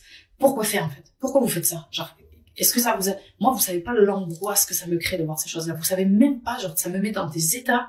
Vous savez que des fois, j'ai tellement d'angoisse que je me dis, il faut que j'arrête les réseaux sociaux, en fait, tu vois. Alors qu'il y a une partie de moi, j'adore partager avec vous. J'adore mes abonnés, vous êtes top. Genre, j'aime goûter des réseaux sociaux, genre, qui me bouffent et que le monde part en couille et devient de plus en plus mauvais. Et des fois, je me dis, est-ce qu'on ne devrait pas complètement s'enlever, faire autre chose de notre vie? Non, mais vraiment, j'ai réfléchi parce que ça, c'est des petites choses, mais qui s'ajoutent à plein de choses dans notre vie aujourd'hui. Mais je comprends pas, en fait, les gens qui font ça. Et aujourd'hui, sachant que notre fils, on veut le préserver, de ne pas le mettre sur les réseaux sociaux, ça me fait une double angoisse quand on sort, parce que généralement, les gens nous reconnaissent. Problème à faire des photos avec vous. Encore cet après-midi, les gens sont venus, on demande de ne pas prendre le temps en photo, on le montre aux gens qui sont devant nous, il n'y a aucun problème. Mais quand je vois, en fait, et ça fait 2 fois là que je vois qu'on nous envoie des photos qui sont sur des, je sais pas, des trucs de blogueurs, je ne sais pas, des gens, en fait, pour moi, qui se servent de la vie des gens pour exister, c'est un peu ça, tu vois. J'arrive pas à comprendre, en fait, quel est l'objectif de nous prendre en photo en scred et que ces gens-là les repostent. En fait, vraiment, ça m'énerve, en fait. Et je suis désolé, mais moi je trouve qu'ils ont totalement raison. Mais après, encore une fois, tu vois, c'est mon combat premier. Et je trouve qu'ils ont raison, qu'ils ont également le droit d'aller jusqu'en justice pour ça. Il y a des gens qui vont dire, ouais, mais attends, ils abusent. Mais non, en fait, tu prends pas des photos de gens à leur insu dans la rue. Même si ce sont déjà des personnalités publiques, tu ne fais pas ça. Mais encore moins de l'enfant sans le consentement, alors que l'enfant est caché. Enfin, je sais pas, c'est extrêmement grave ce qui s'est passé. Et honnêtement, moi, je suis pro Shanna et John pour le coup. Là, je comprends totalement leur coup de gueule, mais à 100%. Je termine le cœur actu, je vous ai prévenu, mais en fait je sais même pas s'il a été plus court parce que j'ai vraiment plus écrit à l'intérieur et vous voyez de façon comment MTT est construit maintenant. On a peut-être moins d'actu mais je les travaille beaucoup plus, donc je pense qu'en fait peut-être l'émission a duré aussi longtemps, je ne sais pas. Vous me direz ce que vous pensez de la manière dont je construis l'émission maintenant. Et on termine le cœur actu avec Mela Jasmine. Mela Jasmine, influente créatrice de contenu et ancienne candidate, a été récemment sanctionnée par la DGCCRF, Direction Générale de la Concurrence, de la Consommation et de la Répression des Fraudes, pour des pratiques commerciales trompeuse. Cette décision fait suite à une enquête qui a été menée par cet organisme qui a constaté que Mela ne mentionnait pas systématiquement le caractère publicitaire de ses publications et stories. Dans ses posts sponsorisés, elle omettait de préciser qu'il s'agissait de publicités rémunérées, ce qui pourrait tromper les consommateurs en laissant penser que ses recommandations étaient basées sur une expérience personnelle et non sur une rémunération. L'injonction de la DGCCRF, qui ne comporte pas d'amende mais ordonne l'arrêt de ces pratiques, a provoqué une réaction de Mela absolument scandaleuse, je trouve. Alors Mela, elle a dû mettre un post sur son réseau social Instagram en l'épinglant et elle a dit que c'était une décision démesurée et injuste. Selon elle, il s'agirait de rares oublis dans ses publications et elle regrette que cette sanction soit intervenue peu de temps après la naissance de sa fille Eilina. Elle a également fait savoir qu'elle trouvait surprenant que la DGCCRF agisse ainsi malgré son installation à Dubaï et que donc elle doit ne plus être soumise aux lois françaises. Alors, je trouve trouve, vous allez le comprendre là, que dans tout ce qui a été dit juste ici, il y a rien qui va. C'est-à-dire que pour elle, elle a omis quelquefois que c'est scandaleux et injuste cette infraction à la loi influence finalement. Bah non, c'est juste... Enfin, moi je trouve que déjà ce qui est un petit peu scandaleux, c'est cette fameuse sanction de la DGCCRF qui est simplement de mettre un poste pendant 30 jours, mais ok, why not. Par rapport à son accouchement, c'est tout simplement une coïncidence parce que la DGCCRF, elle s'est pas réveillée début septembre 2024 en se disant « Allô, on s'en prend à Mila maintenant, c'est parti ». Ils enquêtent depuis quelques mois, plusieurs mois même d'ailleurs, sur même plus je crois, sur pas mal de comptes pour justement mettre des sanctions au fur et à mesure. Donc le fait qu'elle a accouché là, c'est un pur hasard. Et enfin, du coup, elle dit que ce sont des oublis, que c'est injuste, etc., qu'elle a toujours dit que c'était des pubs et tout, mais ça la dérange visiblement de le faire, puisque vu qu'elle est installée à Dubaï, elle ne devrait pas être soumise aux lois françaises. Mais ses clients, les consommateurs à qui Mila vend son contenu, etc., sont principalement, je le pense, basés en France. Et donc, si on a vu avec la loi influence, qui visiblement elle ne la connaît pas, que si la majorité de ton public est basé en France, tu es soumis aux lois françaises pour l'influence. Point. Bref, Mila a quand même partagé l'injonction de la DGCCRF sur les réseaux. De toute façon, elle n'a pas de choix. Et honnêtement, je ne sais pas si je vais vous laisser tout le magnéto, mais dans tous les cas, j'ai réagi sur Twitch et je vous inviterai à aller voir. J'ai été assez dur pour le coup, je l'avoue, je l'admets. Mais je supporte pas le fait que ces gens n'assument absolument pas les choses. C'est-à-dire que tu peux pas dire oui mais attends c'est quand même écrit. C'est écrit en tout petit comme ça, en blanc sur blanc, tu peux pas le lire. Genre non, au bout d'un moment ce qui est écrit dans la loi influence c'est clair, net et précis. Faut que ça soit visible, faut que ça soit clair, faut que ça soit sur toutes les slides et faut qu'on sache, même si on n'y connaît rien, que c'est un caractère publicitaire. Et ici ce n'est pas le cas, je suis désolé. Donc ça m'a saoulé. Voilà, mais je vais pas refaire le discours que j'ai fait sur Twitch, mais je précise quand même qu'à cause de ce genre d'influenceurs, ce sont tous les petits créateurs de contenu qui prennent tarif tout le temps. Hey, dont moi. Je vous laisse écouter Mila. Alors, je vous avais dit que j'allais prendre la parole concernant la sanction que j'ai reçue dans l'obligation, entre guillemets, de poster sur mes réseaux sociaux. Moi, je trouve que cette sanction, elle est démesurée compte tenu des faits qui me sont reprochés. J'ai encore le droit de m'exprimer et de dire ce que je pense. Être associé à des pratiques trompeuses alors que ce qu'on me reproche en réalité c'est de ne pas avoir écrit tout le temps quand il s'agissait d'une collaboration ou pas assez lisiblement, c'est-à-dire que je l'ai écrit mais selon eux pas assez lisiblement. Je trouve que ça mérite pas d'être affiché de la sorte, de devoir placarder sur mes réseaux sociaux et être associé à des pratiques trompeuses. On parle d'avoir oublié d'écrire quand il s'agissait d'une collaboration ou pas. Si vous suivez un petit peu mes réseaux sociaux, à chaque fois que je fais une collaboration, je l'écris tout le temps. Je ne fais pas partie de ces gens qui ne mentionnent jamais quand c'est une collab. Au contraire, je l'écris tout le temps. Donc, s'il a pu m'arriver de ne pas l'écrire, c'est vraiment un oubli de ma part. Ça n'a jamais été volontaire. Et je peux entendre que du coup, on met une sanction à quelqu'un qui a pu oublier d'écrire quand il s'agissait d'une publicité.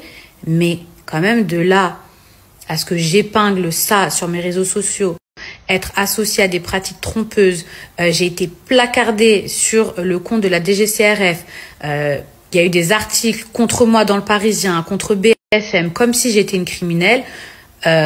Faut pas la pousser là, faut pas abuser non plus. Je veux dire, ok, j'ai oublié parfois d'écrire publicité, mais ça mérite pas tout ça. Il faut savoir que tout ça, la sanction, les articles contre moi, etc., c'est arrivé 4 jours après mon accouchement. Ce n'est pas tout, elle a aussi fait parler pour autre chose. Elle partage son quotidien avec ses millions d'abonnés parce que c'est une star, Mila Jasmine. Et dans une publication, elle s'est confiée sur une soirée difficile où ses enfants, Mani et Eilina, ont eu du mal à dormir. Cependant, ce qui a attiré l'œil des internautes, c'est la manière dont elle parle des enfants. En effet, elle mentionne Mani par son prénom, mais qu'on se contente de dire « ma fille » pour Eilina sans préciser le prénom. Vous vous en doutez, cette différence de traitement entre ces deux enfants, ça n'a échappé à personne et ça a créé une polémique. Oui, vraiment. De nombreux commentaires ont fusé, il y en a beaucoup qui reprochent à Mila de faire une distinction entre ses enfants en utilisant des termes différents pour les désigner. Il y a certains internautes qui ont insinué que cette façon de parler pourrait refléter un malaise sous-jacent concernant sa relation avec Mani. Il y en a qui disent parce qu'elle n'a pas accouché de Mani et qu'elle ne l'a jamais aimé. Mani, c'est pas son fils, elle est très explicite. Oui. Vous vous en doutez, les internautes utilisent cette distinction de prénom pour tout simplement rajouter de l'huile sur le feu à cette rumeur totalement infondée qui dit que Mila a acheté Mani, je ne sais pas où, ou qu'elle l'a adopté, je ne sais pas où, qu'elle a fait appel à une mère porteuse, je ne sais pas où. En tout cas, il continue et il continue. Mila Jasmine n'a pas réagi publiquement, je pense pas qu'elle le refera parce qu'elle l'a fait déjà énormément. Elle a laissé les internautes spéculer sur ses intentions et ses relations familiales. Cette situation, moi je peux plus me la voir, faut vraiment laisser Mila avec ça. Enfin, je sais pas, j'ai l'impression que ça va la suivre toute sa vie, quoi. Et je pense aux enfants qui, quand ils vont grandir, vont savoir la vérité, peu importe ce qu'elle est, et vont voir tous ces internautes qui ont fait des spéculations, des rumeurs, des machins, des bidules sur leur vie, alors qu'ils étaient même pas au courant. Voilà. Voilà tout le monde pour le cœur actu de cette semaine. On va passer aux 4 gros dossiers. Oui, les 4 gros dossiers. On parle de Jazz, on parle de Marie Garet, on parle de Maeva Genam et enfin on parle de Vincent et de Marois. C'est dans un instant après le jingle, mais avant ça, n'oubliez pas, si vous ne l'avez toujours pas fait, de prendre 5 secondes pour liker et vous abonner à la chaîne si vous faites partie des 50% non abonnés. Ça aide beaucoup et ça fait zizier. C'est parti, gros dossier.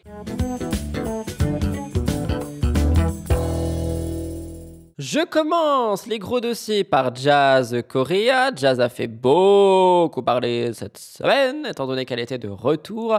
Après pas mal de pauses, je vous l'ai dit la semaine dernière, Jazz est de retour pour nous jouer des mauvais tours. Et elle a pris la parole par rapport à quelque chose que je vous ai raconté dans une vidéo annexe. Et on a eu la réponse de la personne concernée. Donc je vous raconte tout ça. Jazz a enfin pris la parole pour clarifier une question qui alimente les débats sur les réseaux sociaux, la paternité de son fils London. Je vous rappelle qu'elle est accusée par certains internautes d'infidélité, elle avait d'ailleurs avoué, et Jazz a voulu mettre un terme définitif au bruit de couloir qui pèse lourd sur sa famille et son mariage. Depuis la naissance de London, certains ont remarqué que l'enfant ne partage pas la même couleur des yeux que son père, Laurent, et ils ont utilisé cet argument pour remettre en question sa paternité. La situation a été exacerbée par les accusations qui liaient Liam à la liaison qu'elle aurait eue et qu'elle a avouée, il me semble, avec Hicham, un proche de la famille. Lassée par tout ça, elle a dit « Depuis 2 ans et demi, nos haters disent que London n'est pas le fils de Laurent, sous prétexte que c'est le seul enfant qui n'a pas les yeux bleus. » Pour appuyer son point, elle a partagé des photos d'une petite fille ayant également des yeux différents de ceux de son père biologique,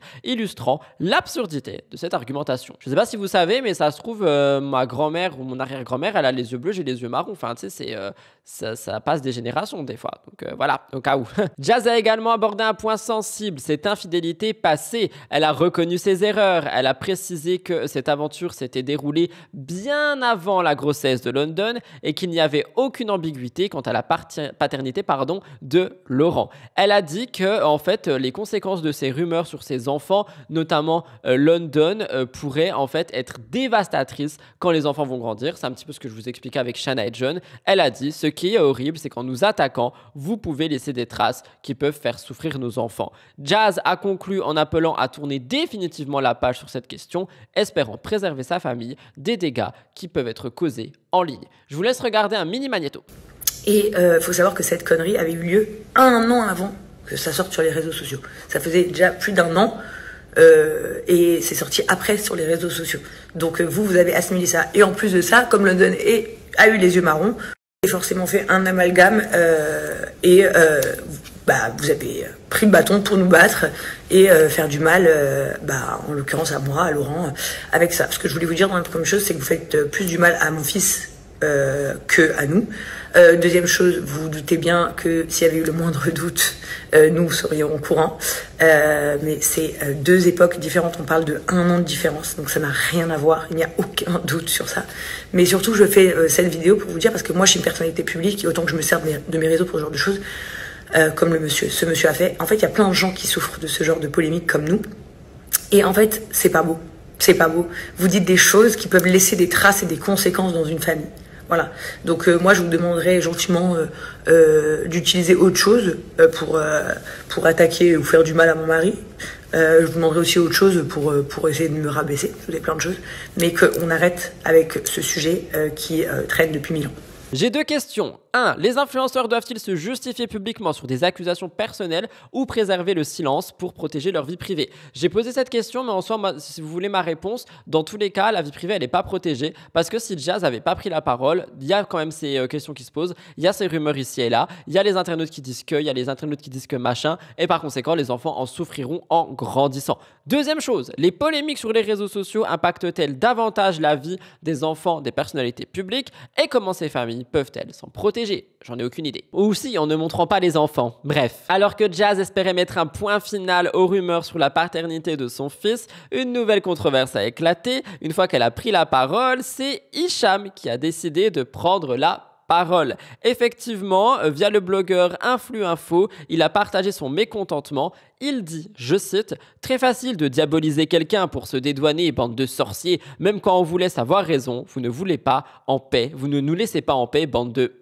Cette réaction laisse entendre qu'Hicham se sent injustement dépeint dans cette affaire, ce qui relance donc la polémique de plus grande ampleur. Pour Jazz, ces situations ont des conséquences bien au-delà de sa relation avec Laurent. Elle parle de son enfant, elle explique que son enfant aussi va en pâtir de tout ça. Jazz se disait prête à reprendre le contrôle de son image sur les réseaux sociaux, mais comme vous le voyez, il y a pas mal de tensions. Enfin, toujours concernant Jazz, il s'est passé autre chose. Sarah Lopez, influenceuse et ancienne candidate de télé-réalité, a récemment ouvert sa chaîne YouTube. Et oui, encore une. Et dans cette vidéo, sa première vidéo, elle aborde plusieurs sujets comme la rupture de son amitié avec Jazz. Je vous rappelle que les deux étaient très proches pendant un certain temps, elles se voyaient régulièrement, mais leur relation a connu une rupture cet été. Selon Sarah, la situation a changé lorsqu'elles étaient toutes les deux à Dubaï pour des démarches administratives. Jazz aurait mal pris le fait qu'elle ne l'ait pas contacté pour se voir et un malentendu s'est installé entre elles, il a continué d'être nourri, etc., etc. Chacune pensait que l'autre avait un problème, ce qui a conduit à un éloignement progressif. Sarah a expliqué que depuis la naissance de sa fille, Aelia, elle et son compagnon ont pris la décision de privilégier leur vie de famille plutôt que les sorties entre amis, ce qui a certainement contribué à la distance. Je cite, « Elle pense que j'ai un problème avec elle, mais je pense qu'elle a un problème avec moi. » Malgré la distance, Sarah Lopez affirme qu'elle a toujours beaucoup de respect pour Jazz. Elle souligne que les bons moments passés entre elles restent dans le passé, mais que ce sont des bons souvenirs. Toutefois, elle dit que c'est une situation regrettable, mais qu'aujourd'hui, les choses sont ce qu'elles sont. Cette vidéo a fait réagir pas mal de gens. Il y en a beaucoup qui expriment leur surprise et leur déception quant à cette séparation difficile et d'autres ont salué la sincérité de Sarah. Alors pour réagir, je trouve que c'est vraiment dommage pour le coup d'avoir des amitiés qui se brisent juste parce qu'il y a un malentendu, parce qu'il y a quelqu'un qui veut plus aller aux soirées, parce que la personne qui était en déplacement, elle t'a pas appelé ou j'en sais rien. Je trouve que c'est dommage, surtout à cet âge-là, mais que voulez-vous? Je vous mets pas d'extrait, vous irez voir la vidéo de Sarah si jamais vous voulez en apprendre plus. Jazz Correa a fini par répondre et prendre la parole par rapport à cette histoire avec Sarah Lopez. On lui pose la question. Ta relation avec Sarah Lopez, on dirait qu'elle s'est dégradée. Elle fait beaucoup de subliminal par rapport à toi. Jazz dit, et je l'ai pu le trouver via Zora Pouki, j'ai pas le temps pour ces conneries. Au moins le sujet est clair et clos une bonne fois pour toutes.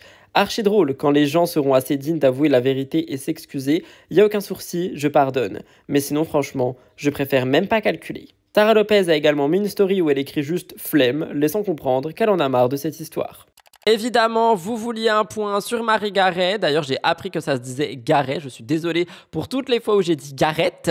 Donc voilà. Elle a décidé de revenir sur l'émission de Samzira pour faire un droit de réponse par rapport à une polémique qui s'est passée. Je vous en ai parlé lundi brièvement. Je vous ai dit que j'attendais d'avoir des résultats. Enfin, des résultats, j'abuse. Des updates pour vous en faire un gros dossier. Et voilà, je suis là. Je tiens toujours promesse, les amis. Alors, Marie Garet fait de nouveau parler d'elle, pas pour des raisons attendues. Il y en a on a eu une vidéo directe sur TikTok dans laquelle elle apparaît avec son compagnon, Yann, et ça a suscité une vive inquiétude parmi les internautes.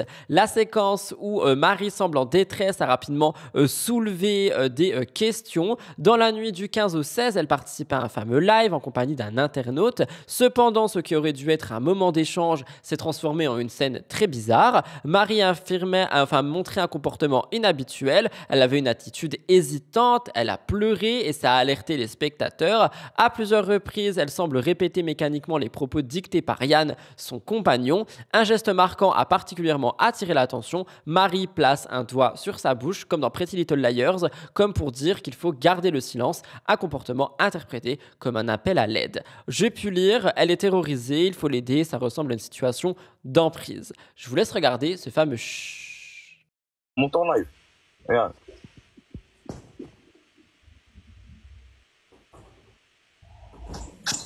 Est-ce que tu veux faire le guignol ou pas? Qu'est-ce que tu veux faire ou quoi par rapport à Yann? Je comprends pas ce que tu veux faire. Pourquoi tu fais ça? La tension s'est amplifiée lorsque Yann est intervenu dans le live pour proférer des insultes contre l'interlocuteur de Marie alors que celle-ci semblait bouleversée. Et quelques heures après cette diffusion, Marie a voulu réagir. Dans une nouvelle vidéo qui dure 6 minutes que je ne vais pas vous laisser écouter, je vous l'ai mise dans Spill the Tea je crois, elle a assuré que tout allait bien dans sa vie et qu'elle était la mieux placée pour juger sa situation.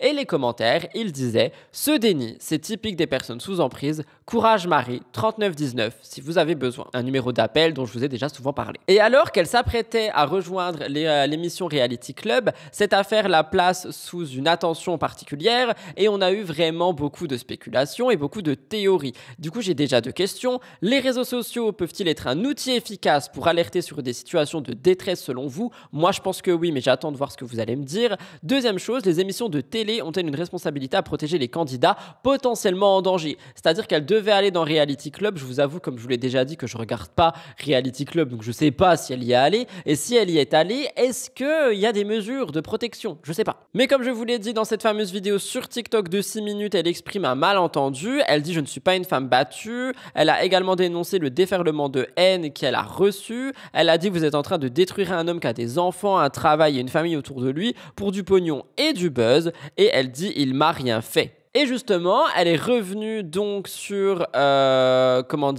tout ça dans l'émission de Sam Zira au jour d'aujourd'hui. Elle a donné plus de détails sur le fameux live. D'ailleurs, elle était très belle dans cette émission, je le dis quand même, je la trouve magnifique. Elle a révélé avoir pris un médicament pour dormir après s'être sentie dépassée par la dispute entre Yann et le TikToker. Ce médicament aurait contribué à son apparence et à son comportement perçu comme inhabituel. Elle dit « J'étais KO, ce n'était pas une situation normale ». Elle revient aussi sur son passé, elle a expliqué que les rumeurs actuelles réveillent de douloureux souvenirs. Par le passé, je vous rappelle qu'elle avait vécu des violences physiques, des violences psychologiques aux mains d'un ancien compagnon qui l'avait profondément marqué. Et donc, si on en croit Marie, ce qu'elle vit aujourd'hui n'a absolument rien à voir et ça lui remettrait une situation très compliquée. Reste à voir si les spéculations, enfin si ce qu'elle a dit fera taire les spéculations. Honnêtement, au moment où je vous parle, je ne vois pas trop ça. Je vois surtout des gens qui sont très inquiets. Je vous laisse avec un magnéto qui est pris chez Sam Zira. Pourquoi est-ce que les internautes ils ont l'impression d'entendre une claque? Qu'est-ce que tu souhaites leur répondre? Est-ce que j'ai laissé tomber un verre? Est-ce que j'ai laissé tomber quelque chose? Je n'en sais rien, mais j'ai pas pris de claque du tout.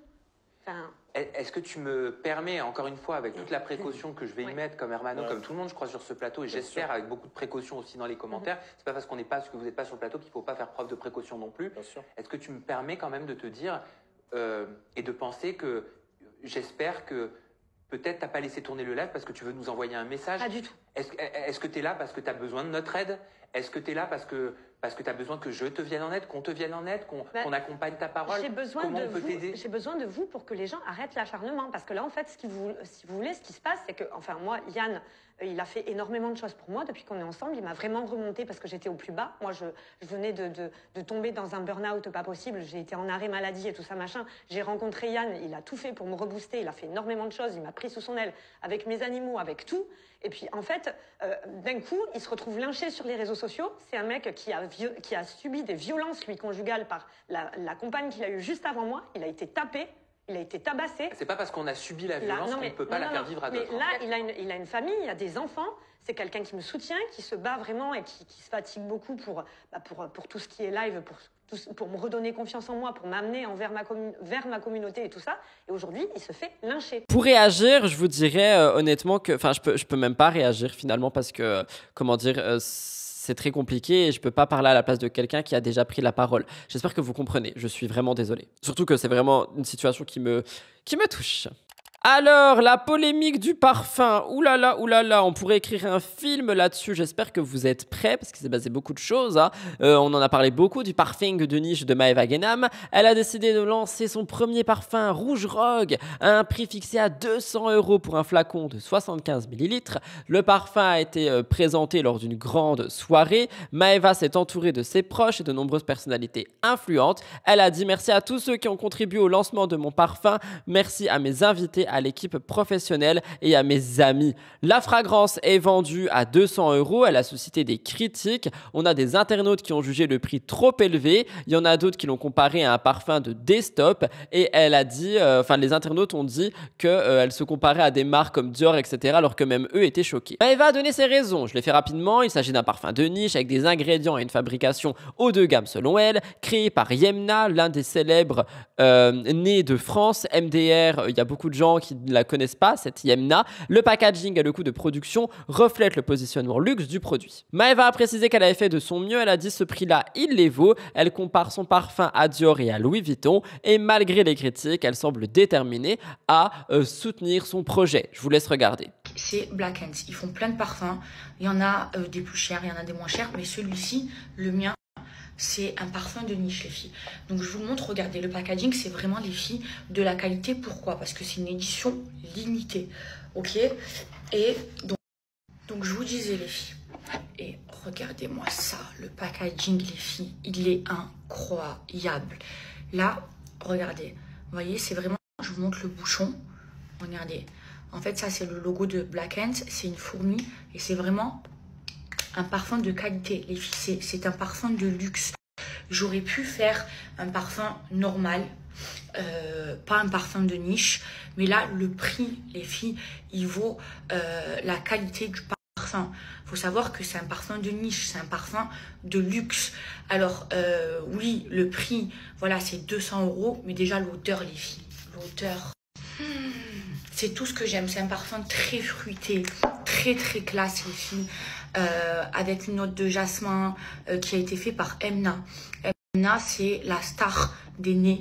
Elle est très très très très connue, c'est la plus connue dans son domaine, donc c'est un honneur pour moi d'avoir fait cette collaboration et ce parfum avec elle. Vous voyez, son nom, il est noté ici. Donc, après un lancement très controversé en raison du prix, après on a eu l'origine de la marque Black Ants qui a fait parler. Des internautes ont découvert que Black Ants, présenté comme une marque haut de gamme, a été créée il y a un mois. Pile. Derrière cette entreprise se trouve un entrepreneur déjà à la tête de Souk Dubaï, une société spécialisée dans la vente en gros de produits orientaux en France, et cette révélation a ajouté, bam, une autre zone d'ombre à tout ce projet Rouge Rogue. Les réseaux sociaux ont eu pas mal de réactions, des doutes sur la qualité, remise en question du prix et des accusations envers Maeva avec le fameux terme influx voleuse. Je cite, ils prennent vraiment les gens pour des imbéciles, c'est quoi cette arnaque? Pour Maeva, cette polémique pourrait bien entacher durablement son image, mais elle en a parlé autrement en disant qu'en fait c'était en train de créer un buzz mémorable autour de son parfum et que la France entière en avait entendu parler. Effectivement, Maeva a pris la parole pour défendre son parfum en disant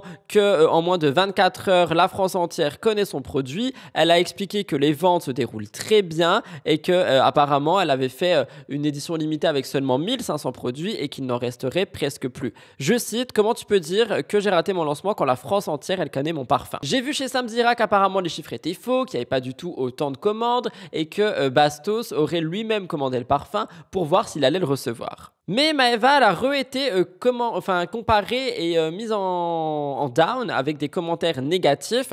Il y en a qui disent que son packaging, on peut le retrouver sur AliExpress et donc elle a décidé de réagir à ça de manière un peu plus virulente. Elle a comparé son packaging à un packaging de luxe. Elle a dit que Dior aussi, ils font leur packaging en Chine. Bref, elle parle sans trop savoir d'après tout ce que vous m'avez dit. Il y a beaucoup de gens qui m'ont dit que bah non, tous les packagings ne sont pas faits en Chine. Et selon Maeva, un produit similaire chez Dior peut coûter jusqu'à 400 €. Elle a dit, sinon je pourrais faire comme la femme de Cristiano Ronaldo et le vendre à 20 €. Elle a d'ailleurs parlé des parfums de merde, elle a comparé d'autres marques, enfin bref, elle a fait des choses assez... j'ai envie de dire discutable pour essayer de vendre son parfum et elle continue de défendre son produit. Le prix fait toujours réagir au moment où je vous parle, mais Maeva essaie de le défendre tant bien que mal. Je vous laisse regarder le dernier magnéto en date où elle pète un coup de gueule. Je vous laisse pas le regarder en entier parce qu'il est long, mais en tout cas, pour réagir, je vous dirais que je trouve qu'elle se défend très mal en fait et que si tout ce qu'elle dit est vrai, si son produit est de qualité, si machin, si bidule, juste montre des preuves au lieu de crier sur les gens. Parce que là, en fait, en se défendant, en attaquant, en se défendant aussi négativement, etc., ça donne juste pas envie de connaître plus l'histoire du parfum. Ça donne pas envie aussi d'y croire parce que en fait, les gens se posent juste des questions avant de mettre 200 € dans un parfum, ce que personnellement, je peux comprendre. Je vous laisse regarder. Ouais, vous savez quoi, j'en ai marre de la jalousie des gens. J'en peux plus, les gens ils sont trop jaloux. En fait, quand c'est moi, il y a trop de jalousie, il y a trop de polémiques. En fait, ils cherchent toujours la petite bête. Alors, vous savez que ma marque, mon parfum, ça a fait un buzz pas possible. Hein, je suis très contente parce qu'au moins toute la France connaît l'existence de mon parfum. Et il est bientôt en rupture. Bref. Alors, les gens ils savent plus quoi inventer. Ils sont partis inventer que le packaging, je l'ai fait dans AliExpress. Au nom d'Allah, mon packaging de mon parfum, il a été moulé. Il vient pas de chez AliExpress. Maintenant, je vais vous expliquer un truc. Arrêtez de me casser les bonbons, de chercher des noises. Je sais pas, vous avez pas d'autres chats à fouetter? À ce point-là, vous êtes mauvais. À ce point-là, déjà, faut savoir que le packaging du monde entier, c'est fabriqué en Chine. Même Dior, Louis Vuitton, ils fabriquent en Chine. Leur packaging, pas leur matière première, mais le packaging du monde entier, c'est fait fabriquer en Chine pour toutes les grandes marques. Mais le mien, wallah, il a été moulé. C'est pas, je suis pas partie le prendre. Enfin, on n'est pas parti le prendre sur Alibaba, AliExpress et tout ça. Oh, je peux plus. Vous n'avez pas marre de m'inventer des vies comme ça, des chats. Vous avez pas d'autres chats à fouetter? Je comprends pas. Ensuite, ils ont dit oui. Elle dit que ça fait plus d'1 an qu'elle est sur le parfum, mais la société, elle a été créée il y a 2 mois. Et mais en fait, vous en avez. Moi, je peux plus l'être humain sur ça. Je vous dis, je déteste les gens. Et je vous explique. Le produit, on a travaillé dessus pendant plus d'1 an. Plus d'1 an. Ça met du temps à créer un parfum de niche. Ça met énormément de temps. Maintenant, même si la société, on l'aurait monté la veille, c'est la même chose. En fait, la société, c'est juste pour recevoir l'argent, pour être légal dans les papiers, quoi. Ça n'a rien à voir. Ça veut dire quand tu crées une marque, d'abord tu crées la société, après tu crées la marque. Non. Tu crées la marque, tu crées le produit, tu travailles là-dessus. Et la société, tu peux l'ouvrir quand tu veux. L'essentiel, c'est d'avoir une société pour pouvoir vendre. Pourquoi vous cherchez des poudres sur la tête d'un chauve comme ça? Vous me donnerez votre avis. Honnêtement, si vous voulez en apprendre plus sur tout ce que j'ai dit par rapport à Maeva Genam et son parfum de niche, allez voir ma chaîne Twitch, j'en ai longuement parlé. Petit update, notre Maeva Genam, CEO of Rouge Rogue, son parfum de niche, a annoncé en story que son édition limitée de 1500 coffrets avait été écoulée. En effet, selon elle, le produit est out of stock. Est-ce que vous y croyez, suivant ce qui a été dit chez Samzira, comme quoi il y avait très peu de produits vendus, ou alors est-ce que vous n'y croyez pas? J'attends vos commentaires et vos pronostics. Et mes vies, je suis trop heureuse parce que mon parfum, donc Rouge Rogue avec Black Hanks, il est en rupture de stock, les filles. Vous savez que c'était une édition limitée. J'ai fait que 1500 coffrets et hier, il a été en rupture de stock.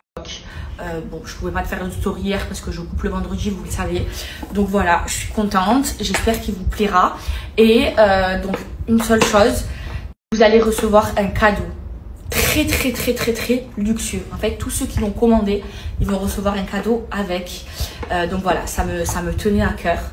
Il est magnifique, je suis trop contente.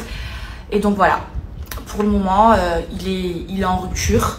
Et je vous tiendrai informé de quand il y aura un réassort. Ce sera pas tout de suite, les filles.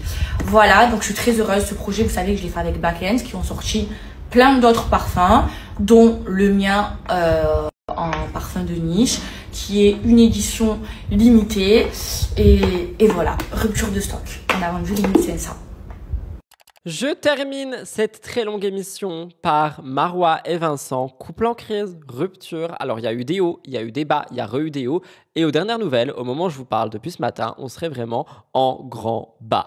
Donc, je vais tout vous raconter. Tenez-vous bien, asseyez-vous, allez remplir votre verre d'eau, votre café, prendre votre croissant. Ça va être long. Croyez-moi, c'est le plus gros dossier que j'ai jamais fait de ma vie, je crois. Le couple très médiatisé, formé par Marois Merasca et Vincent Queijo, est sous le feu des projecteurs entre rumeurs et déclarations publiques. On a une situation qui intrigue tout le monde, surtout après que Marois ait pris la parole. Depuis quelques semaines, les rumeurs enflent concernant des difficultés au sein du couple Et pour cause, les disputes exposées malgré eux dans des vidéos du quotidien dont je vous ai parlé avaient fait justement beaucoup de bruit. On avait Vincent qui critiquait les goûts de Marois, on avait une autre vidéo où on voyait une dispute au sujet d'un film, on voyait une atmosphère tendue, et à tout ça s'ajoute une polémique mise en avant par Bastos.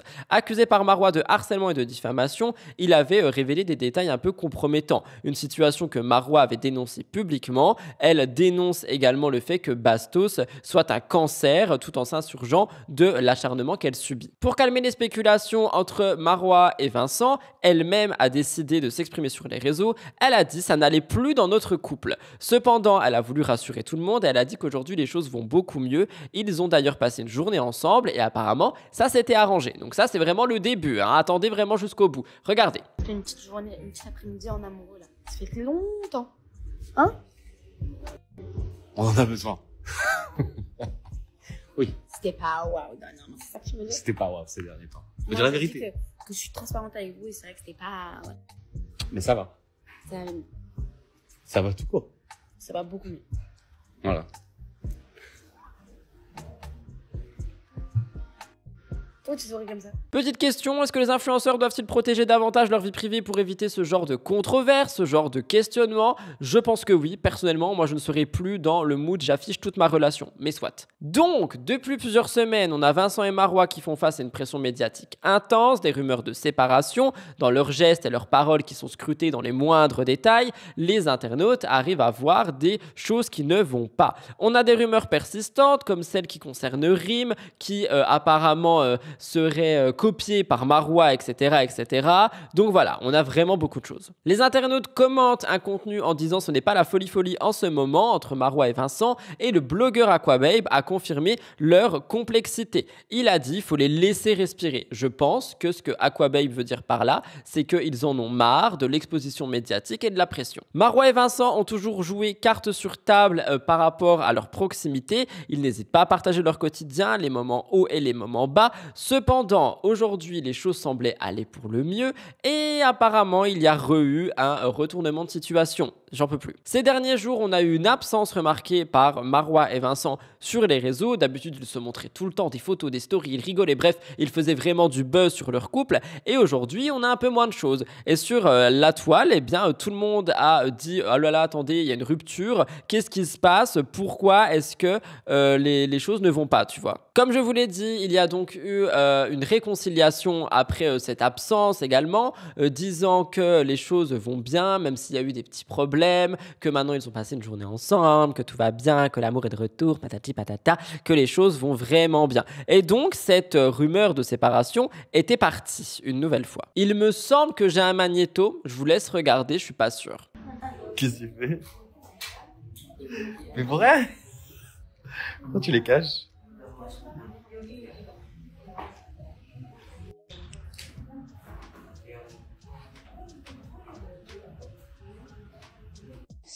Désolée les amis, j'ai pas du tout été présente aujourd'hui parce qu'on a tourné des vidéos avec Vincent. Je me suis bien serrée avec lui. Rigole, oh là là, un peu d'humour. Ce n'est pas tout. Récemment, Marois s'est retrouvée au cœur d'une nouvelle polémique, étant donné qu'il y a des gens qui disent qu'elle a encore une fois copié Rim pour ressembler à l'ex-compagne de Vincent. Dans une story, Marois elle a exprimé son ras-le-bol. Elle a dit quand c'est pas les chiens, c'est le mari, quand c'est pas le mari, c'est la robe, quand c'est pas la robe, c'est les stories. J'ai pas copié, j'ai copié. Les gars, c'est tellement de l'inspi, je suis créative, je vais copier sur personne, qu'on soit clair. En fait, elle dit ça parce que Rim avait mis en story une to-do list et Marois a mis en story une to-do list. Vous savez quoi? Je mets aussi en story des to-do list. Du coup, je copie Rim et Marois. Non, en vrai, la pauvre, dans ce cas-là, enfin, c'est horrible d'aller faire chier quelqu'un, je suis désolé du terme, parce qu'elle a fait une to-do list. Tout le monde fait ça. C'est le but d'Instagram, de faire des to-do list. Donc voilà. Bref, elle a dit qu'elle est dans sa propre bulle et qu'elle tire son inspiration de ses expériences personnelles. Et elle a dit qu'elle n'a besoin de personne. Donc j'ai deux questions par rapport à ça. Les comparaisons entre les influenceurs sont-elles une conséquence naturelle de leur exposition? Et est-ce que les réseaux sociaux offrent-ils réellement un espace pour exprimer sa créativité, étant donné que tout le monde dit tout le temps que tout le monde copie tout le monde? Honnêtement, pour le coup, je suis team Marois par rapport à cette histoire de to-do list parce que vraiment juste la pauvre. Par contre, mon actu, elle devait s'arrêter là de base. Et moi, je me réveille, tatati tatata, je vais boire un petit café comme tous les matins, j'ouvre mon téléphone et je vois quoi? Vous, Oui, vous. Vous étiez là dans mes DM. Rudy, Marois et Vincent ont supprimé toutes leurs photos ensemble. Rudy, Marois et Vincent se sont unfollow. Rudy, que se passe-t-il? Alors effectivement, au moment où je vous parle du moins, donc samedi 23 novembre au matin, Marois et Vincent sont unfollow l'un de l'autre. Marois et Vincent n'ont plus de photos ensemble sur leurs réseaux respectifs. Donc on peut se poser une question, est-ce qu'il y a une séparation? C'est possible. Est-ce qu'il y a une grosse dispute? C'est possible également. Et il y a encore une fois, je suis désolé, mais c'est aussi cette sous-question, je suis obligé de la poser, hein, c'est mon travail. Est-ce que ce n'est pas aussi calculé? C'est-à-dire que bam, on fait beaucoup parler de nous et donc par conséquent, tout le monde nous aime. Et puis ensuite, on crée une petite séparation pour tout simplement avoir l'attention du public également. Ce sont des choses qui se font dans ce milieu, je vous le dis. donc voilà, je sais pas trop, j'enquêterai évidemment, je vous tiendrai au courant quand j'en saurai plus. Il y a aussi une autre hypothèse qui peut être mise en avant. Est-ce que Marois et Vincent en ont vraiment marre de cette pression médiatique et par conséquent, ils ont séparé leurs photos ensemble et se sont unfollow pour que les gens arrêtent de parler d'eux et que eux vivent dans leur bulle? Je sais pas. En tout cas, j'ai envie de dire que s'ils sont séparés, Vincent a bien fait de ne pas présenter Marois comme la belle-maman ou peu importe, mais tout simplement comme une amie, parce que je vous rappelle qu'il y a des enfants au milieu, que ça risque d'être compliqué. Et s'ils sont vraiment plus ensemble, eh bien, Rim avait raison et leur relation n'aura pas duré plus que quelques mois. Mais ça, on ne le sait pas pour le moment, donc à voir. Voilà tout le monde pour Mixeuse Tea cette semaine. J'espère sincèrement que l'émission a pu vous intéresser et vous plaire. Elle a été extrêmement longue, comme vous l'avez certainement vu. Je vais peut-être couper les magnétos parce que franchement, ça fait déjà 1h30 que je parle, donc même moi je pense que je vais me couper énormément. Je vous remercie de m'avoir écouté jusqu'ici, je vous remercie pour votre fidélité, je vous remercie aussi d'être présent chaque semaine à 10h30 le dimanche matin. Je vous embrasse, je vous souhaite un très bon dimanche, un très bon début de semaine, suivant quand vous me regardez, et je le répète une dernière fois, n'oubliez pas de liker, commenter et vous abonner. Ici, c'est que de l'amour et du positif. J'ai hâte de vous retrouver dimanche prochain ou au cours de la semaine pour des petites vidéos. Bye guys, love you et bonne fin de mois de novembre.